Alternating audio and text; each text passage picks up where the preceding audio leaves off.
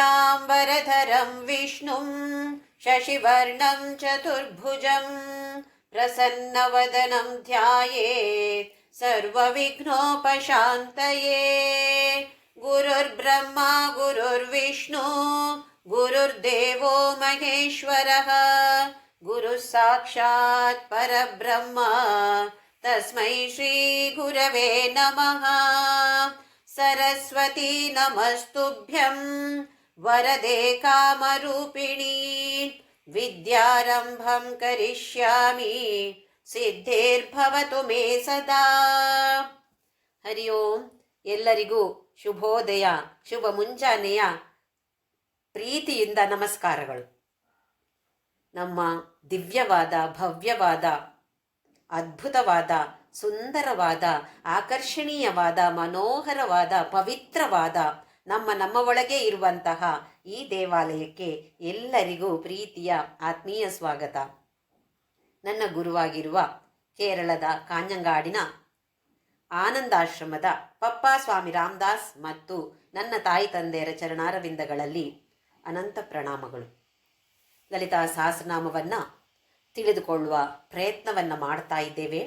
ವೈಶಿನ್ಯಾದಿ ವಾಗ್ದೇವತೆಗಳು ಆ ಜಗನ್ಮಾತೆಯ ಆದೇಶದ ಪ್ರಕಾರ ಅವಳ 1000 ಹೆಸರುಗಳನ್ನು ಸೇರಿಸಿ ಸ್ತೋತ್ರವನ್ನು ಮಾಡಿದ್ದಾರೆ.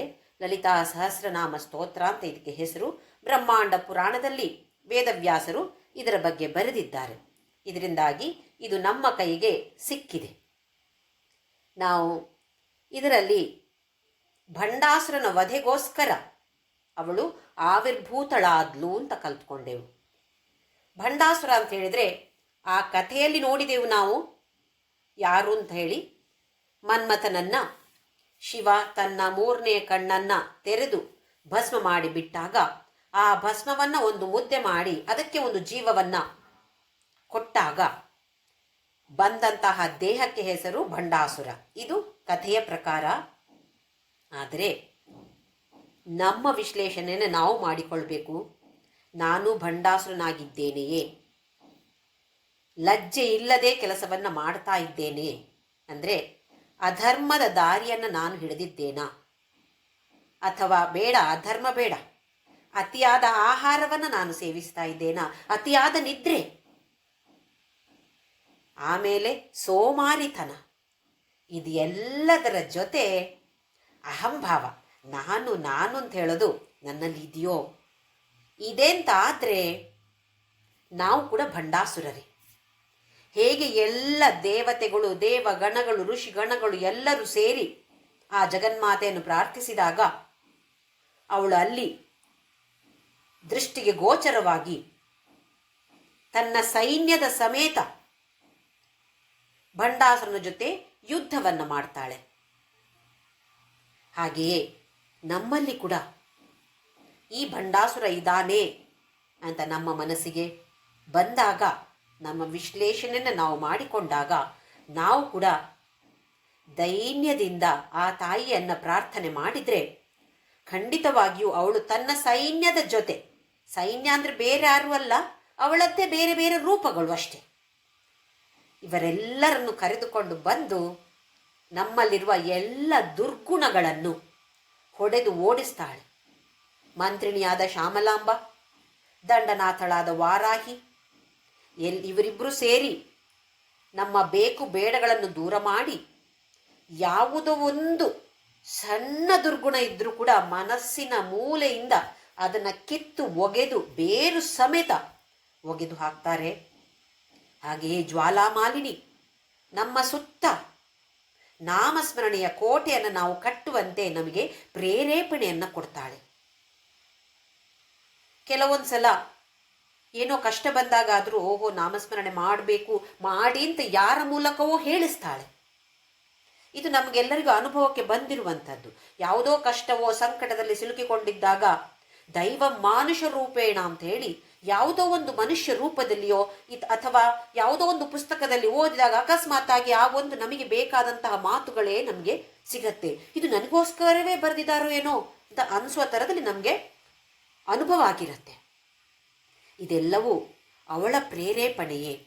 ಹಾಗಾಗಿ ಭಗವದ್ಗೀತೆಯಲ್ಲಿ 16ನೇ ಅಧ್ಯಾಯ 17ನೇ ಅಧ್ಯಾಯದಲ್ಲಿ ಹೇಳಿದ ಹಾಗೆ ನನ್ನಲ್ಲಿ ಯಾವ ಗುಣಗಳಿವೆ, ದೈವಿ ಗುಣಗಳಿದೆಯೋ ಇಲ್ಲ ಅಸುರಿ ಗುಣಗಳಿದೆಯೋ, ನನ್ನ ಜೀವನ ಶೈಲಿ ಹೇಗಿದೆ, ಹೇಗಿರಬೇಕಾಗಿದೆ, ಲಕ್ಷ್ಯ ಮೋಕ್ಷ ಅಂತ ಆದರೆ, ನನ್ನ ಗುರಿ ಮೋಕ್ಷ ಅಂತ ಆದರೆ ನನ್ನ ಜೀವನ ಶೈಲಿ ಹೇಗಿರಬೇಕು, ಇದನ್ನು ತಿಳಿದುಕೊಂಡು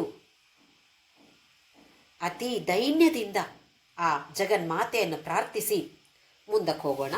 30ನೆಯ ಶ್ಲೋಕದವರೆಗೆ ನೋಡಿದೆವು ನಾವು. ಕಾಮೇಶ್ವರ ಮುಖಾಲೋಕ ಕಲ್ಪಿತ ಶ್ರೀ ಗಣೇಶ್ವರ. ಆ ಗಣೇಶ್ವರನನ್ನ ಅಲ್ಲಿ ಸ್ಮರಣೆ ಮಾಡ್ತಿದ್ದಾಳೆ ತಾಯಿ. ಯಾಕೆ ಅಂತ ಹೇಳಿದ್ರೆ ಯಾವುದೇ ವಿಘ್ನ ಇದ್ರೂ ಅದನ್ನು ಹರಿಸುವಂಥವನು ಆ ವಿಘ್ನೇಶ್ವರನಾದವನು. ಮುಂದಿನ 31ನೇ ಶ್ಲೋಕ. ಮಹಾಗಣೇಶ ನಿರ್ಭಿನ್ನ ವಿಘ್ನ ಯಂತ್ರ ಪ್ರಹರ್ಷಿತ ಭಂಡಾಸುರೇಂದ್ರ ನಿರ್ಮುಕ್ತ ಶಸ್ತ್ರ ಪ್ರತ್ಯಸ್ತ್ರ ವರ್ಷಿಣಿ. ಮಹಾಗಣೇಶ ನಿರ್ಭಿನ್ನ ವಿಘ್ನ ಯಂತ್ರ ಪ್ರಹರ್ಷಿತ. ಈ ಭಂಡಾಸುರ ಹೇಳುವವನು ಒಂದು ಯಂತ್ರವನ್ನ ಅಲ್ಲಿ ತಂದಿಟ್ಟಿರ್ತಾನೆ. ಏನದು? ವಿಘ್ನ ಯಂತ್ರ.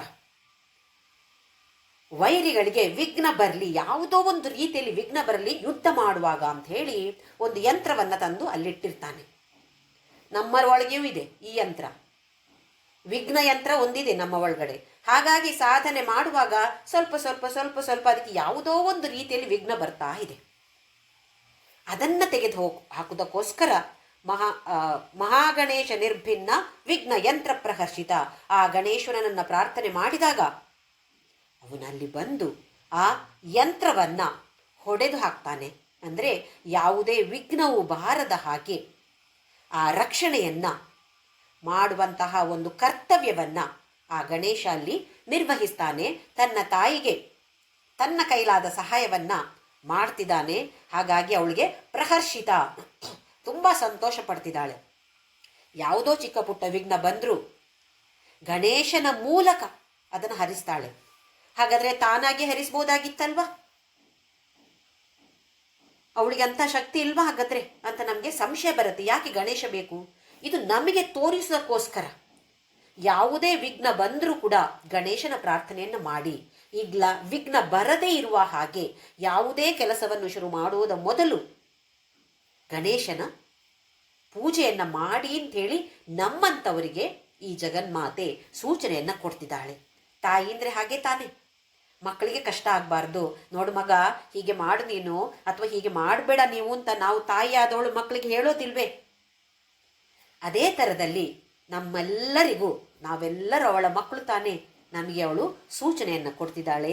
ಯಾವುದೇ ಕೆಲಸ ಶುರು ಮಾಡುವ ಮೊದಲು ವಿಘ್ನ ಯಂತ್ರ ಅಲ್ಲಿದ್ದರೆ ಅದನ್ನು ಹೊಡೆದು ಓಡಿಸಿ ಬಿಡ್ತಾನೆ ಈ ಮಹಾಗಣೇಶ. ಮುಂದಿನ ನಾಮ ಭಂಡಾಸುರೇಂದ್ರ ನಿರ್ಮುಕ್ತ ಶಸ್ತ್ರ ಪ್ರತ್ಯಸ್ತ್ರ ವರ್ಷಿಣಿ. ಈ ಭಂಡಾಸುರನನ್ನು ನಿರ್ಮೂಲನ ಮಾಡುವುದಕ್ಕೋಸ್ಕರ ಶಸ್ತ್ರ ಪ್ರತಿ ಅಸ್ತ್ರ. ಶಸ್ತ್ರಕ್ಕೂ ಅಸ್ತ್ರಕ್ಕೂ ಏನು ವ್ಯತ್ಯಾಸ? ಒಂದೇಯಾ? ಅಲ್ಲ. ಅಸ್ತ್ರ ಅಂತ ಹೇಳಿದರೆ ನಾವು ದೂರಕ್ಕೆ ಬಿಸಾಕುವಂಥದ್ದು.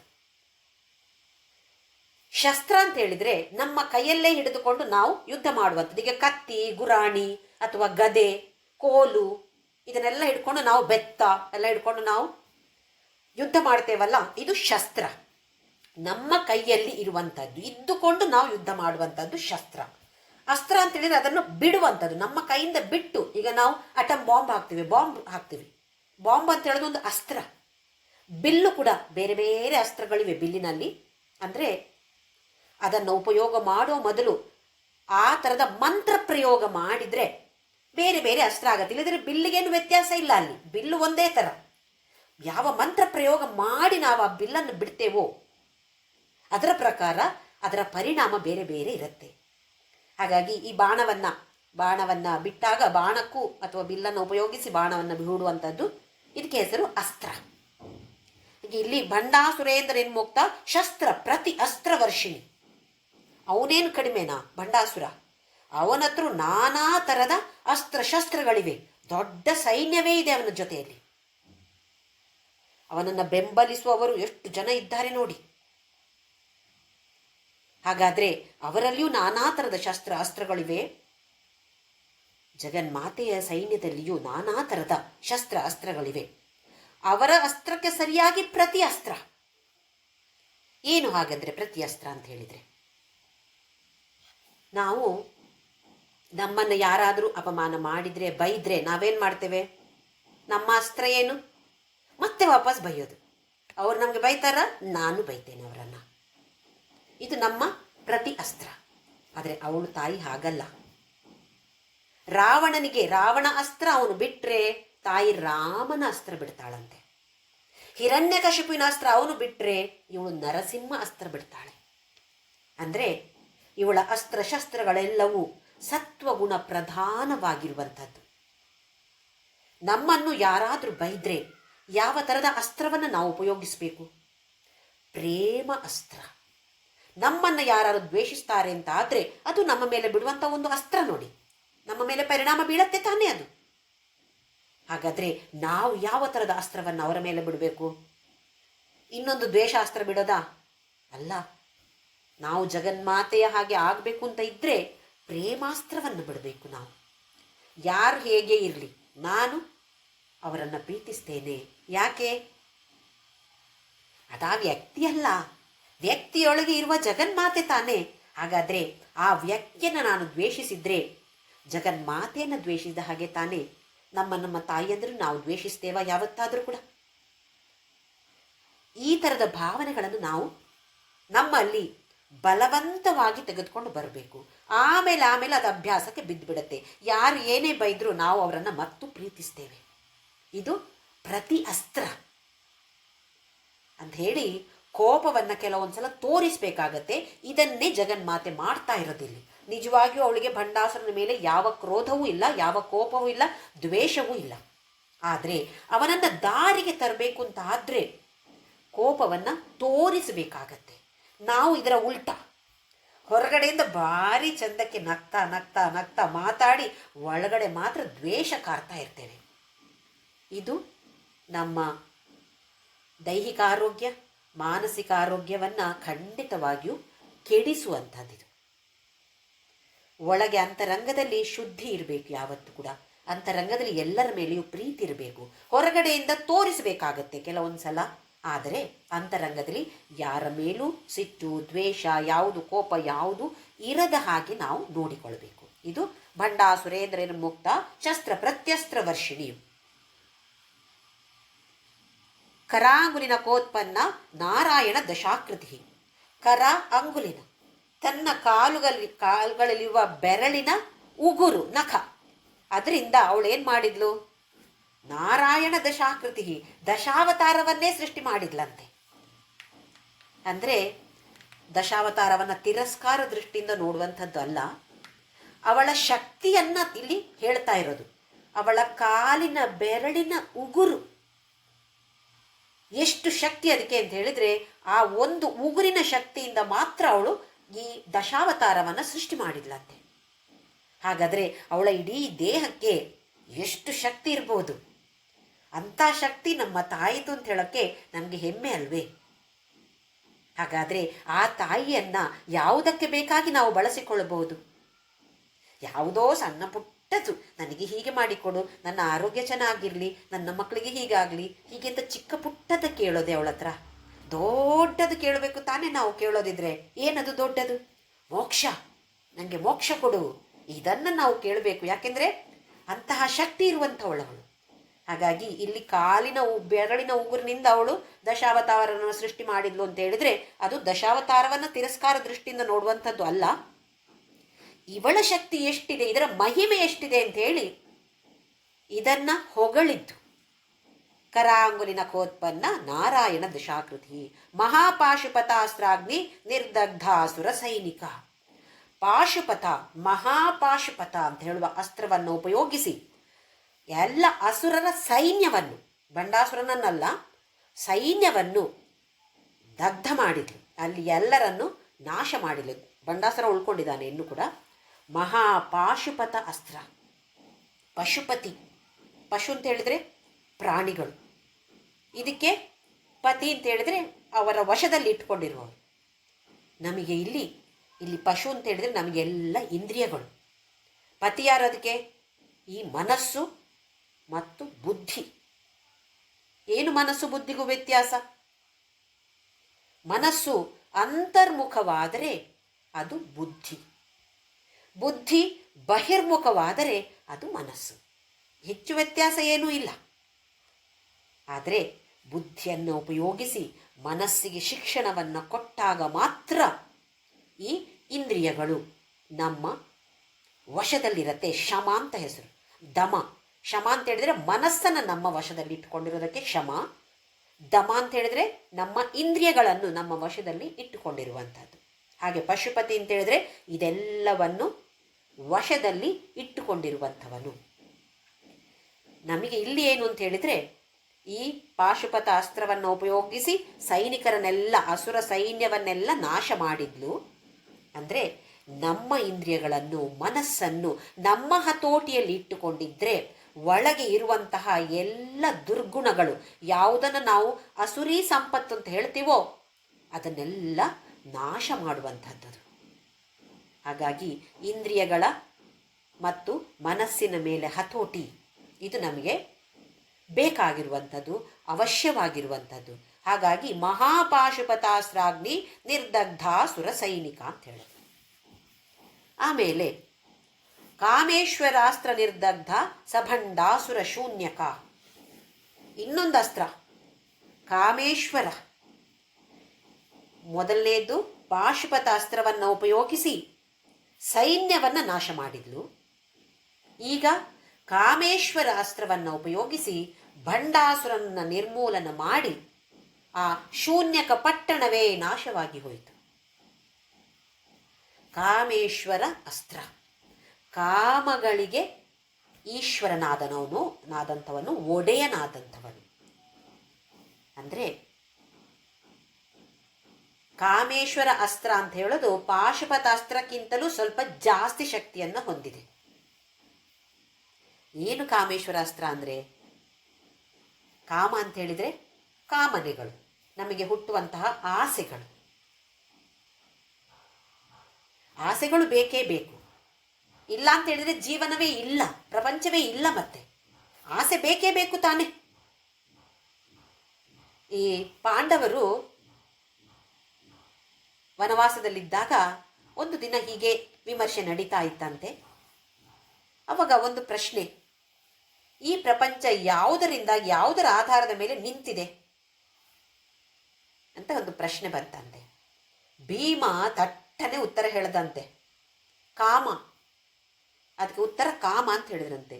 ಎಲ್ಲರೂ ನಕ್ಕು ಬಿಟ್ರಂತೆ. ಅಲ್ಲಿ ನಗಕ್ಕೆ ಶುರು ಮಾಡಿದ್ರೆ, ಏನೋ ಕಾಮ ಅಂತ ಹೇಳ್ತಿದ್ಯಾ ನೀನು ಅಂತ.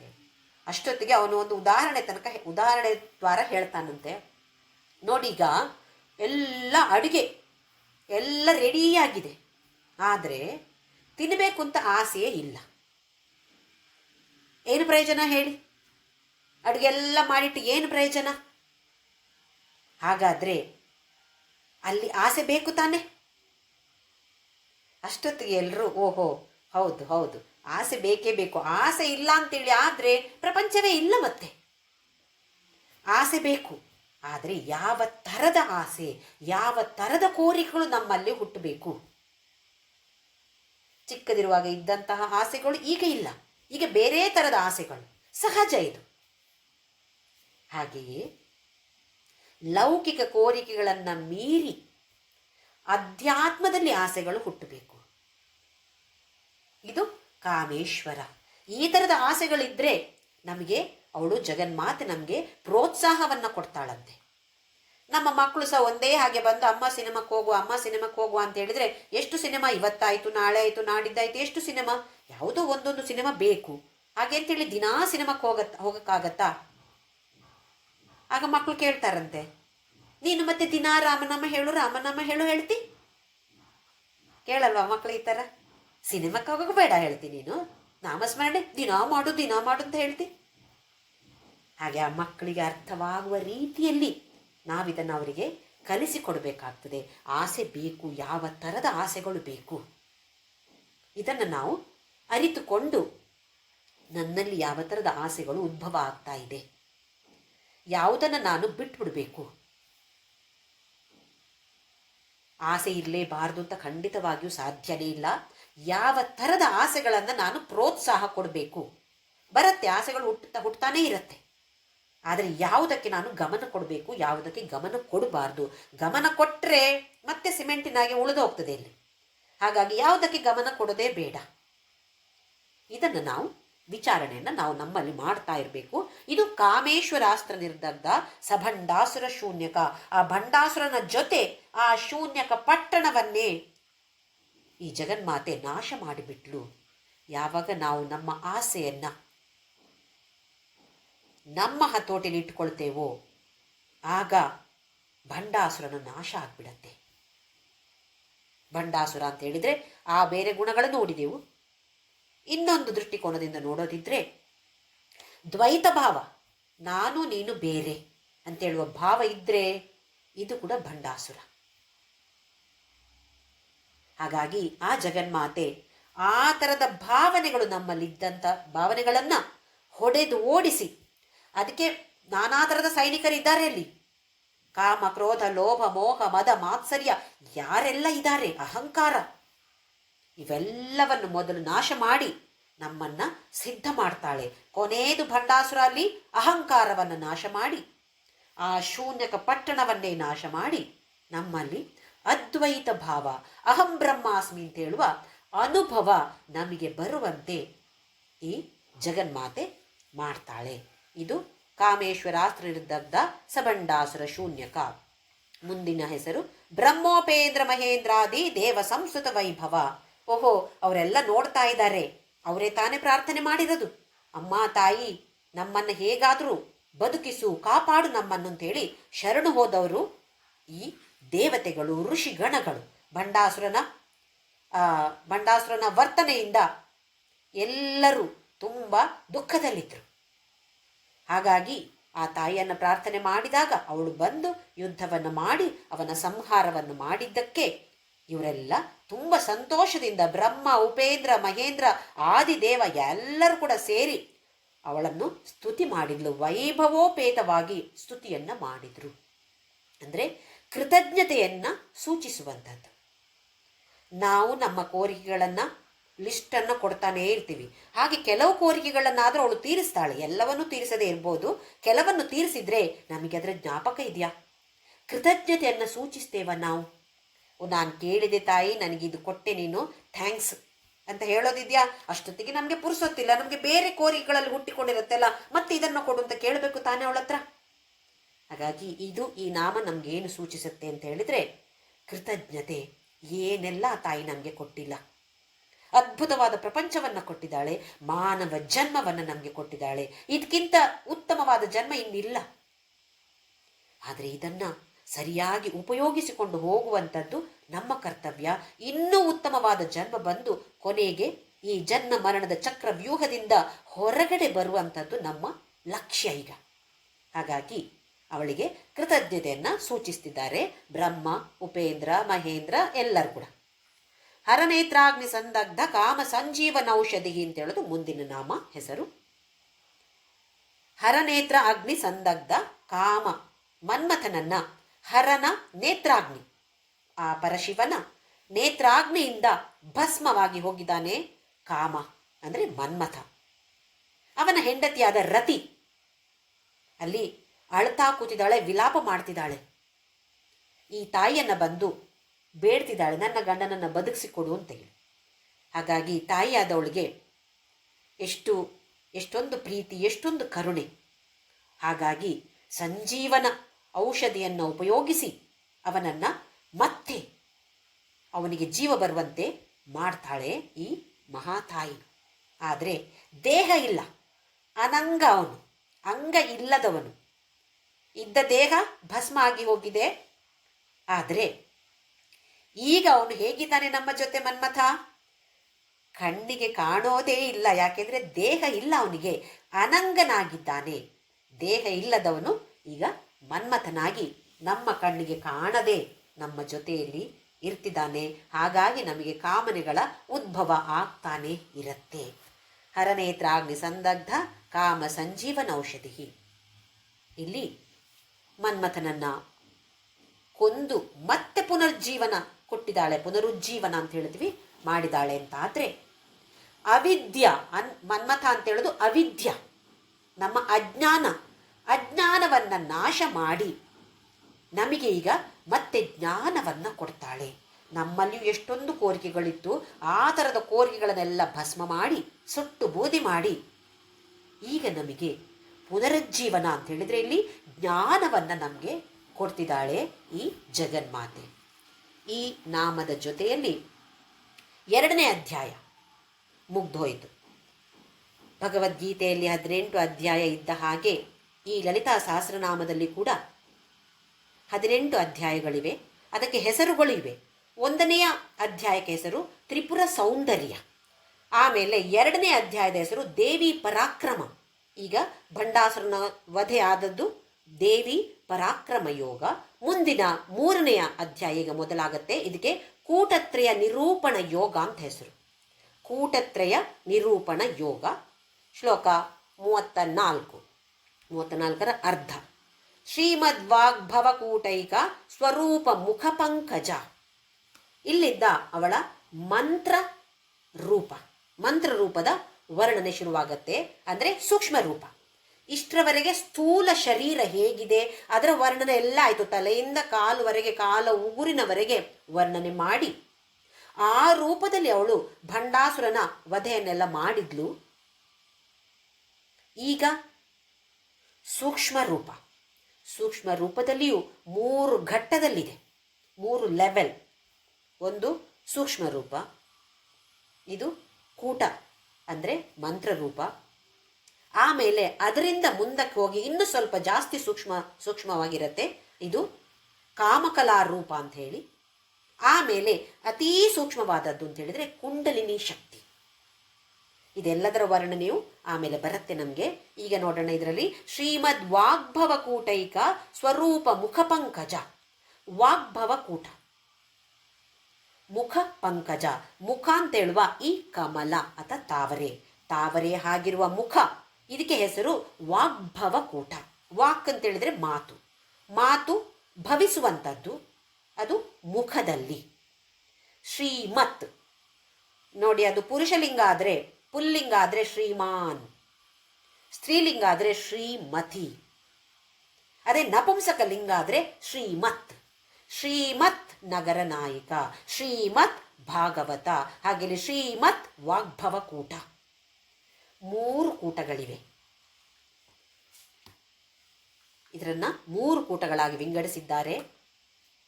ಇಲ್ಲಿ ಪಂಚದಶಿ ವಿದ್ಯಾ ಅಂತ ಇದೆ. ಶ್ರೀವಿದ್ಯಾ ಅಂತ ಕೂಡ ಇದಕ್ಕೆ ಹೆಸರಿದೆ. ಪಂಚದಶಿ ವಿದ್ಯಾ. ಈ ಶಕ್ತಿ ಆರಾಧನೆಯನ್ನ, ದೇವಿಯನ್ನ ಆರಾಧನೆ ಮಾಡುವಂಥವರು ಇದನ್ನು ಉಪಯೋಗಿಸ್ತಾರೆ. ಪಂಚದಶಿ ವಿದ್ಯಾ. ಇದಕ್ಕೆ ಒಂದು ಓಂಕಾರವನ್ನು ಸೇರಿಸಿದ್ರೆ ಷೋಡಶಾಕ್ಷರಿ ವಿದ್ಯೆ ಆಗತ್ತೆ. ಇದು ಪಂಚದಶಿ ಅಂತ ಹೇಳಿದ್ರೆ 15, ಷೋಡಶ ಅಂತ ಹೇಳಿದ್ರೆ 16. ಓಮನ್ನು ಸೇರಿಸಿದ್ರೆ 16 ಅಕ್ಷರದ ವಿದ್ಯೆ ಆಗತ್ತೆ. ಇಲ್ಲ ಅಂದರೆ ಪಂಚದಶಿ ವಿದ್ಯಾ ಅಂತ ಇದಕ್ಕೆ ಹೆಸರು ಶ್ರೀವಿದ್ಯಾ. ಇದನ್ನು 3 ಕೂಟಗಳಾಗಿ, 3 ಭಾಗಗಳಾಗಿ ವಿಂಗಡಿಸಿದ್ದಾರೆ. ಇದರಲ್ಲಿ ಮೊದಲನೆಯ ಕೂಟ 5 ಬೀಜಾಕ್ಷರಗಳನ್ನು ಒಳಗೊಂಡಿದೆ. ನಮಗೆ ಬೀಜ ಅಂದರೆ ಏನು ಅಂತ ಗೊತ್ತು.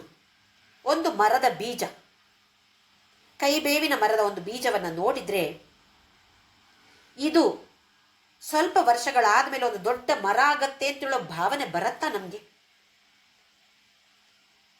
ಎಷ್ಟು ಚಿಕ್ಕ ಬೀಜ ಇರುತ್ತೆ, ಹಾಗಾದರೆ ಅದರ ಒಳಗಡೆ ಶಕ್ತಿ ಎಷ್ಟಿದೆ. ಹಾಗೆಯೇ ಕೆಲವು ಅಕ್ಷರಗಳನ್ನು ಬೀಜಾಕ್ಷರ ಅಂತ ಹೇಳ್ತಾರೆ. ಈ ಮೊದಲನೆಯ ವಿಭಾಗದಲ್ಲಿ 5 ಬೀಜಾಕ್ಷರಗಳಿವೆ. ಇದನ್ನು ಅವಳ ಮುಖ ಪಂಕಜದ ಜೊತೆ ಹೋಲಿಸಿ ವಾಗ್ಭವ ಕೂಟ ಅಂತ ಹೇಳಿದ್ದಾರೆ. ಆಮೇಲೆ ವಾಗ್ಭವ ಕೂಟದಲ್ಲಿ ಯಾವ ಥರದಲ್ಲಿ ಅದು ಶಬ್ದ ಸೃಷ್ಟಿ ಆಗತ್ತೆ ಅಂತ ಆಮೇಲೆ ನೋಡೋಣ. ಅದು ಬೇರೆ ಬೇರೆ ವರ್ಣನೆಯಲ್ಲಿ ಬರುತ್ತೆ, ಅದು ಆಗ ತಿಳಿಸ್ಕೊಡ್ತೇನೆ ನಾನು. ಪರ, ಮಧ್ಯಮ, ಪಶ್ಯಂತಿ, ವೈಖರಿ ಅಂತ ಹೇಳುವ 4 ಘಟ್ಟಗಳಿವೆ ಅದರಲ್ಲಿ. ಅದಾಮೇಲೆ ನೋಡೋಣ. ಈಗ ಮುಖ ಪಂಕಜ ಅಂತ ಹೇಳೋದು ವಾಗ್ಭವ ಕೂಟ. ಇದು ಜ್ಞಾನಶಕ್ತಿ, ಇಚ್ಛಾಶಕ್ತಿ, ಜ್ಞಾನಶಕ್ತಿ, ಕ್ರಿಯಾಶಕ್ತಿಯಲ್ಲಿ ಜ್ಞಾನಶಕ್ತಿಯನ್ನು ಸೂಚಿಸುವಂಥದ್ದು. 5 ಬೀಜಾಕ್ಷರಗಳಿವೆ. ಆಮೇಲೆದು ಕಂಠಾದ ಕಡಿ ಪರ್ಯಂತ ಮಧ್ಯಕೂಟ ಸ್ವರೂಪಿಣಿ.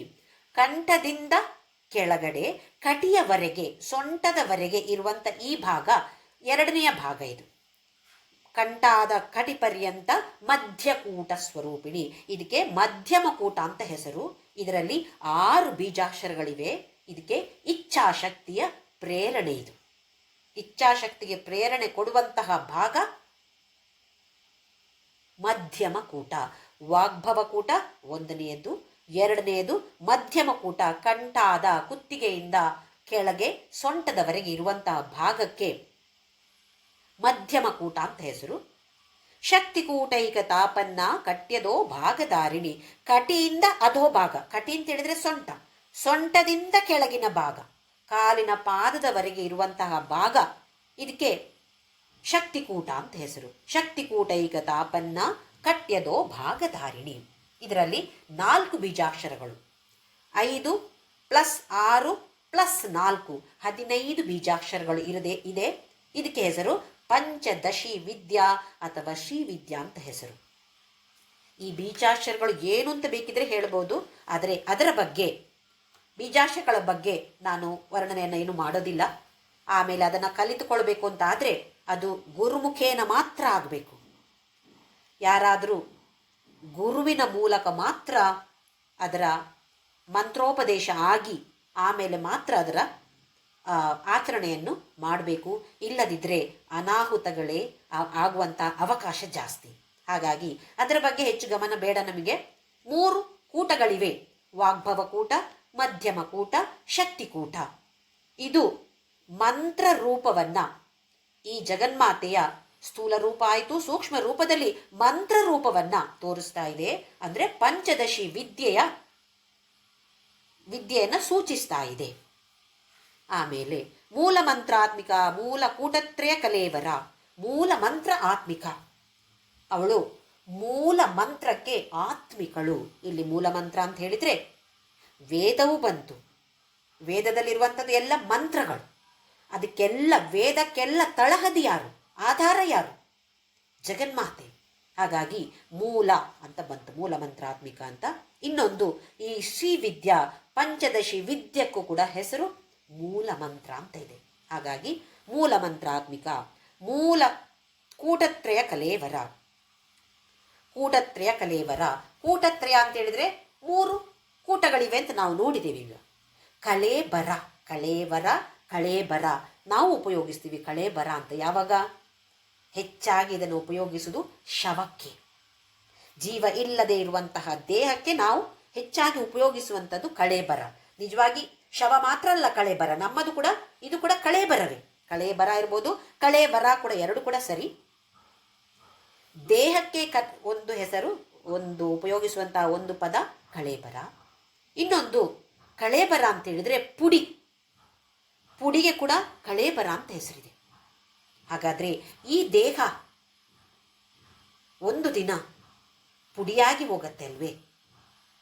ಅದಕ್ಕೂ ಇರ್ಬೋದು ಕಳೇಬರ ಅಂತ ಬಂದಿರೋದು.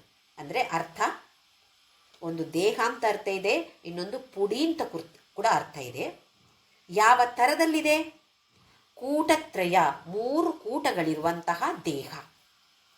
ವಾಗ್ಭವ ಕೂಟ, ಮಧ್ಯಮ ಕೂಟ, ಶಕ್ತಿಕೂಟ. ಅದು ಅಲ್ಲದೆ ಇನ್ನೊಂದು ದೃಷ್ಟಿಕೋನದಿಂದ ಹೇಳೋದಿದ್ರೆ, ಪ್ರತಿಯೊಂದು ದೇಹಕ್ಕೂ 3 ಶರೀರತ್ರಯ ಅಂತ ನಾವು ಕಲ್ತುಕೊಂಡಿದ್ದೇವೆ. 3 ಥರದ ದೇಹಗಳಿವೆ: ಸ್ಥೂಲ ಶರೀರ, ಸೂಕ್ಷ್ಮ ಶರೀರ ಹಾಗೂ ಕೊನೆಯದಾಗಿ ಕಾರಣ ಶರೀರ. ಇದು ನಮ್ಮಂಥವರಿಗೆ ಕಾರಣ ಶರೀರ. ಜಗನ್ಮಾತೆಗೆ ಕಾರಣ ಶರೀರ ಅಲ್ಲ, ನಮಗೆ ಮಾತ್ರ ಅದು ಕಾರಣ ಶರೀರವೂ ಇದೆ. ಇದು ಕೂಟತ್ರಯ ಕಲೇವರ. ಕುಲಾಮೃತೈಕ ರಸಿಕ. ಕುಲ, ಕುಲ ಅಂತ ಹೇಳುವ ಒಂದು ಶಬ್ದಕ್ಕೆ ನಾನಾ ಥರದ ಅರ್ಥಗಳಿವೆ. ಒಂದು ನಮಗೆ ಗೊತ್ತಿದೆ, ಕುಟುಂಬ. ನೀವು ಯಾವ ಕುಲದವರು, ನಿಮ್ಮದು ಯಾವ ಕುಲ ಅಂತ ಕೇಳ್ತೀವಿ, ಅಂದರೆ ಕುಟುಂಬ. ಇನ್ನೊಂದು ಅರ್ಥ ಹೇಳೋದಿದ್ರೆ, ನೀವು ಯಾವ ಗುರುವಿನ ಅನುಯಾಯಿಗಳು, ಶಂಕರಾಚಾರ್ಯರೋ, ಮಧ್ವಾಚಾರ್ಯರೋ, ರಾಮಾನುಚಾರ್ಯರೋ, ಇಲ್ಲ ನಾಥ ಪಂಥದವರೋ, ಬೇರೆ ಬೇರೆ ಬೇರೆ ಬೇರೆ ಥರದ ಗುರುಗಳನ್ನು ಅನುಸರಿಸುವವರಿರ್ತಾರೆ, ಶಿಷ್ಯರಿರ್ತಾರೆ. ಯಾವ ಕುಲ, ಹಿಂದಿನ ಕಾಲದಲ್ಲಿ ನೀವು ಯಾವ ಕುಲ ಅಂತ ಹೇಳಿದ್ರೆ ಕುಟುಂಬ ಅಂತ ಅಲ್ಲ, ಯಾವ ಗುರುವನ್ನು ನೀವು ಅನುಸರಿಸ್ತಾ ಇದ್ದೀರಿ, ನಿಮ್ಮ ಪಥ ಯಾವುದು ಅಂತ ಕೇಳಕ್ಕೆ ನಿಮ್ಮದು ಯಾವ ಕುಲ ಅಂತ ಕೇಳ್ತಾ ಇದ್ರಂತೆ. ಆಮೇಲೆ ಈ ಚಕ್ರಗಳಿವೆ. ನನಗೆ ಗೊತ್ತಿದೆ 7 ಚಕ್ರಗಳಿವೆ ನಮ್ಮ ದೇಹದಲ್ಲಿ. ಒಂದು ಎನರ್ಜಿ ಸೆಂಟರ್, ಅದು ಅಂಗ ಅಲ್ಲ. ನಮಗೀಗ ಹೃದಯ ಎಲ್ಲ ಇದ್ದಾಗ ಒಂದು ಅಂಗ ಅಲ್ಲ, ಅದು ಎನರ್ಜಿ ಸೆಂಟರ್. ಅದು ಈ 6 ಚಕ್ರಗಳನ್ನು ಸೇರಿ 7ನೇದು ಸಹಸ್ರ ಬಿಟ್ಟು ಬಿಡಬೇಕು, ಸೇರಿ ಅದಕ್ಕೂ ಕುಲ ಅಂತ ಹೇಳ್ತೀವಿ. ಆಮೇಲೆ ಈ ಕುಲಗಳಲ್ಲಿ ಅಂದರೆ ಷಟ್ ಚಕ್ರಗಳಲ್ಲಿ ಮೊದಲನೆಯಾದದ್ದು ಮೂಲಾಧಾರ, ಇದಕ್ಕೂ ಕುಲ ಅಂತ ಹೇಳ್ತೀವಿ. ಆಮೇಲೆ ಈ ಕುಂಡಲಿನಿ ವಿದ್ಯೆ, ಕುಂಡಲಿನಿ ಶಕ್ತಿಯನ್ನು ಜಾಗೃತಗೊಳಿಸಿ ಮೂಲಾಧಾರದಿಂದ ಸಹಸ್ರಾರದವರೆಗೆ ತೆಗೆದುಕೊಂಡು ಹೋಗುವಂತಹ ಒಂದು ವಿಧಾನ, ಆ ವಿಧಾನಕ್ಕೂ ಕುಲ ಅಂತ ಹೇಳ್ತೀವಿ. ತೆಗೆದುಕೊಂಡು ಹೋಗುವ ಮಾರ್ಗ, ಅದಕ್ಕೂ ಕೂಡ ಕುಲ ಅಂತ ಹೆಸರಿದೆ. ಹಾಗೆ ಒಂದು ಶಬ್ದ, ಒಂದು ಪದ, ಕುಲ ಅಂತ ಹೇಳೋ ಒಂದು ಪದಕ್ಕೆ ನಾನಾ ಥರದ ಅರ್ಥಗಳಿವೆ. ಇಲ್ಲಿ ನೋಡೋಣ ಇವಾಗ ಕುಲಾಮೃತೈಕ ರಸಿಕ. ಇಲ್ಲಿ ಈ ಕುಲವನ್ನ, ಈ ಷಟ್ಚಕ್ರಗಳ ಮೇಲೆ ಸಹಸ್ರಾರದಲ್ಲಿ ಅವಳಿರ್ತಾಳೆ.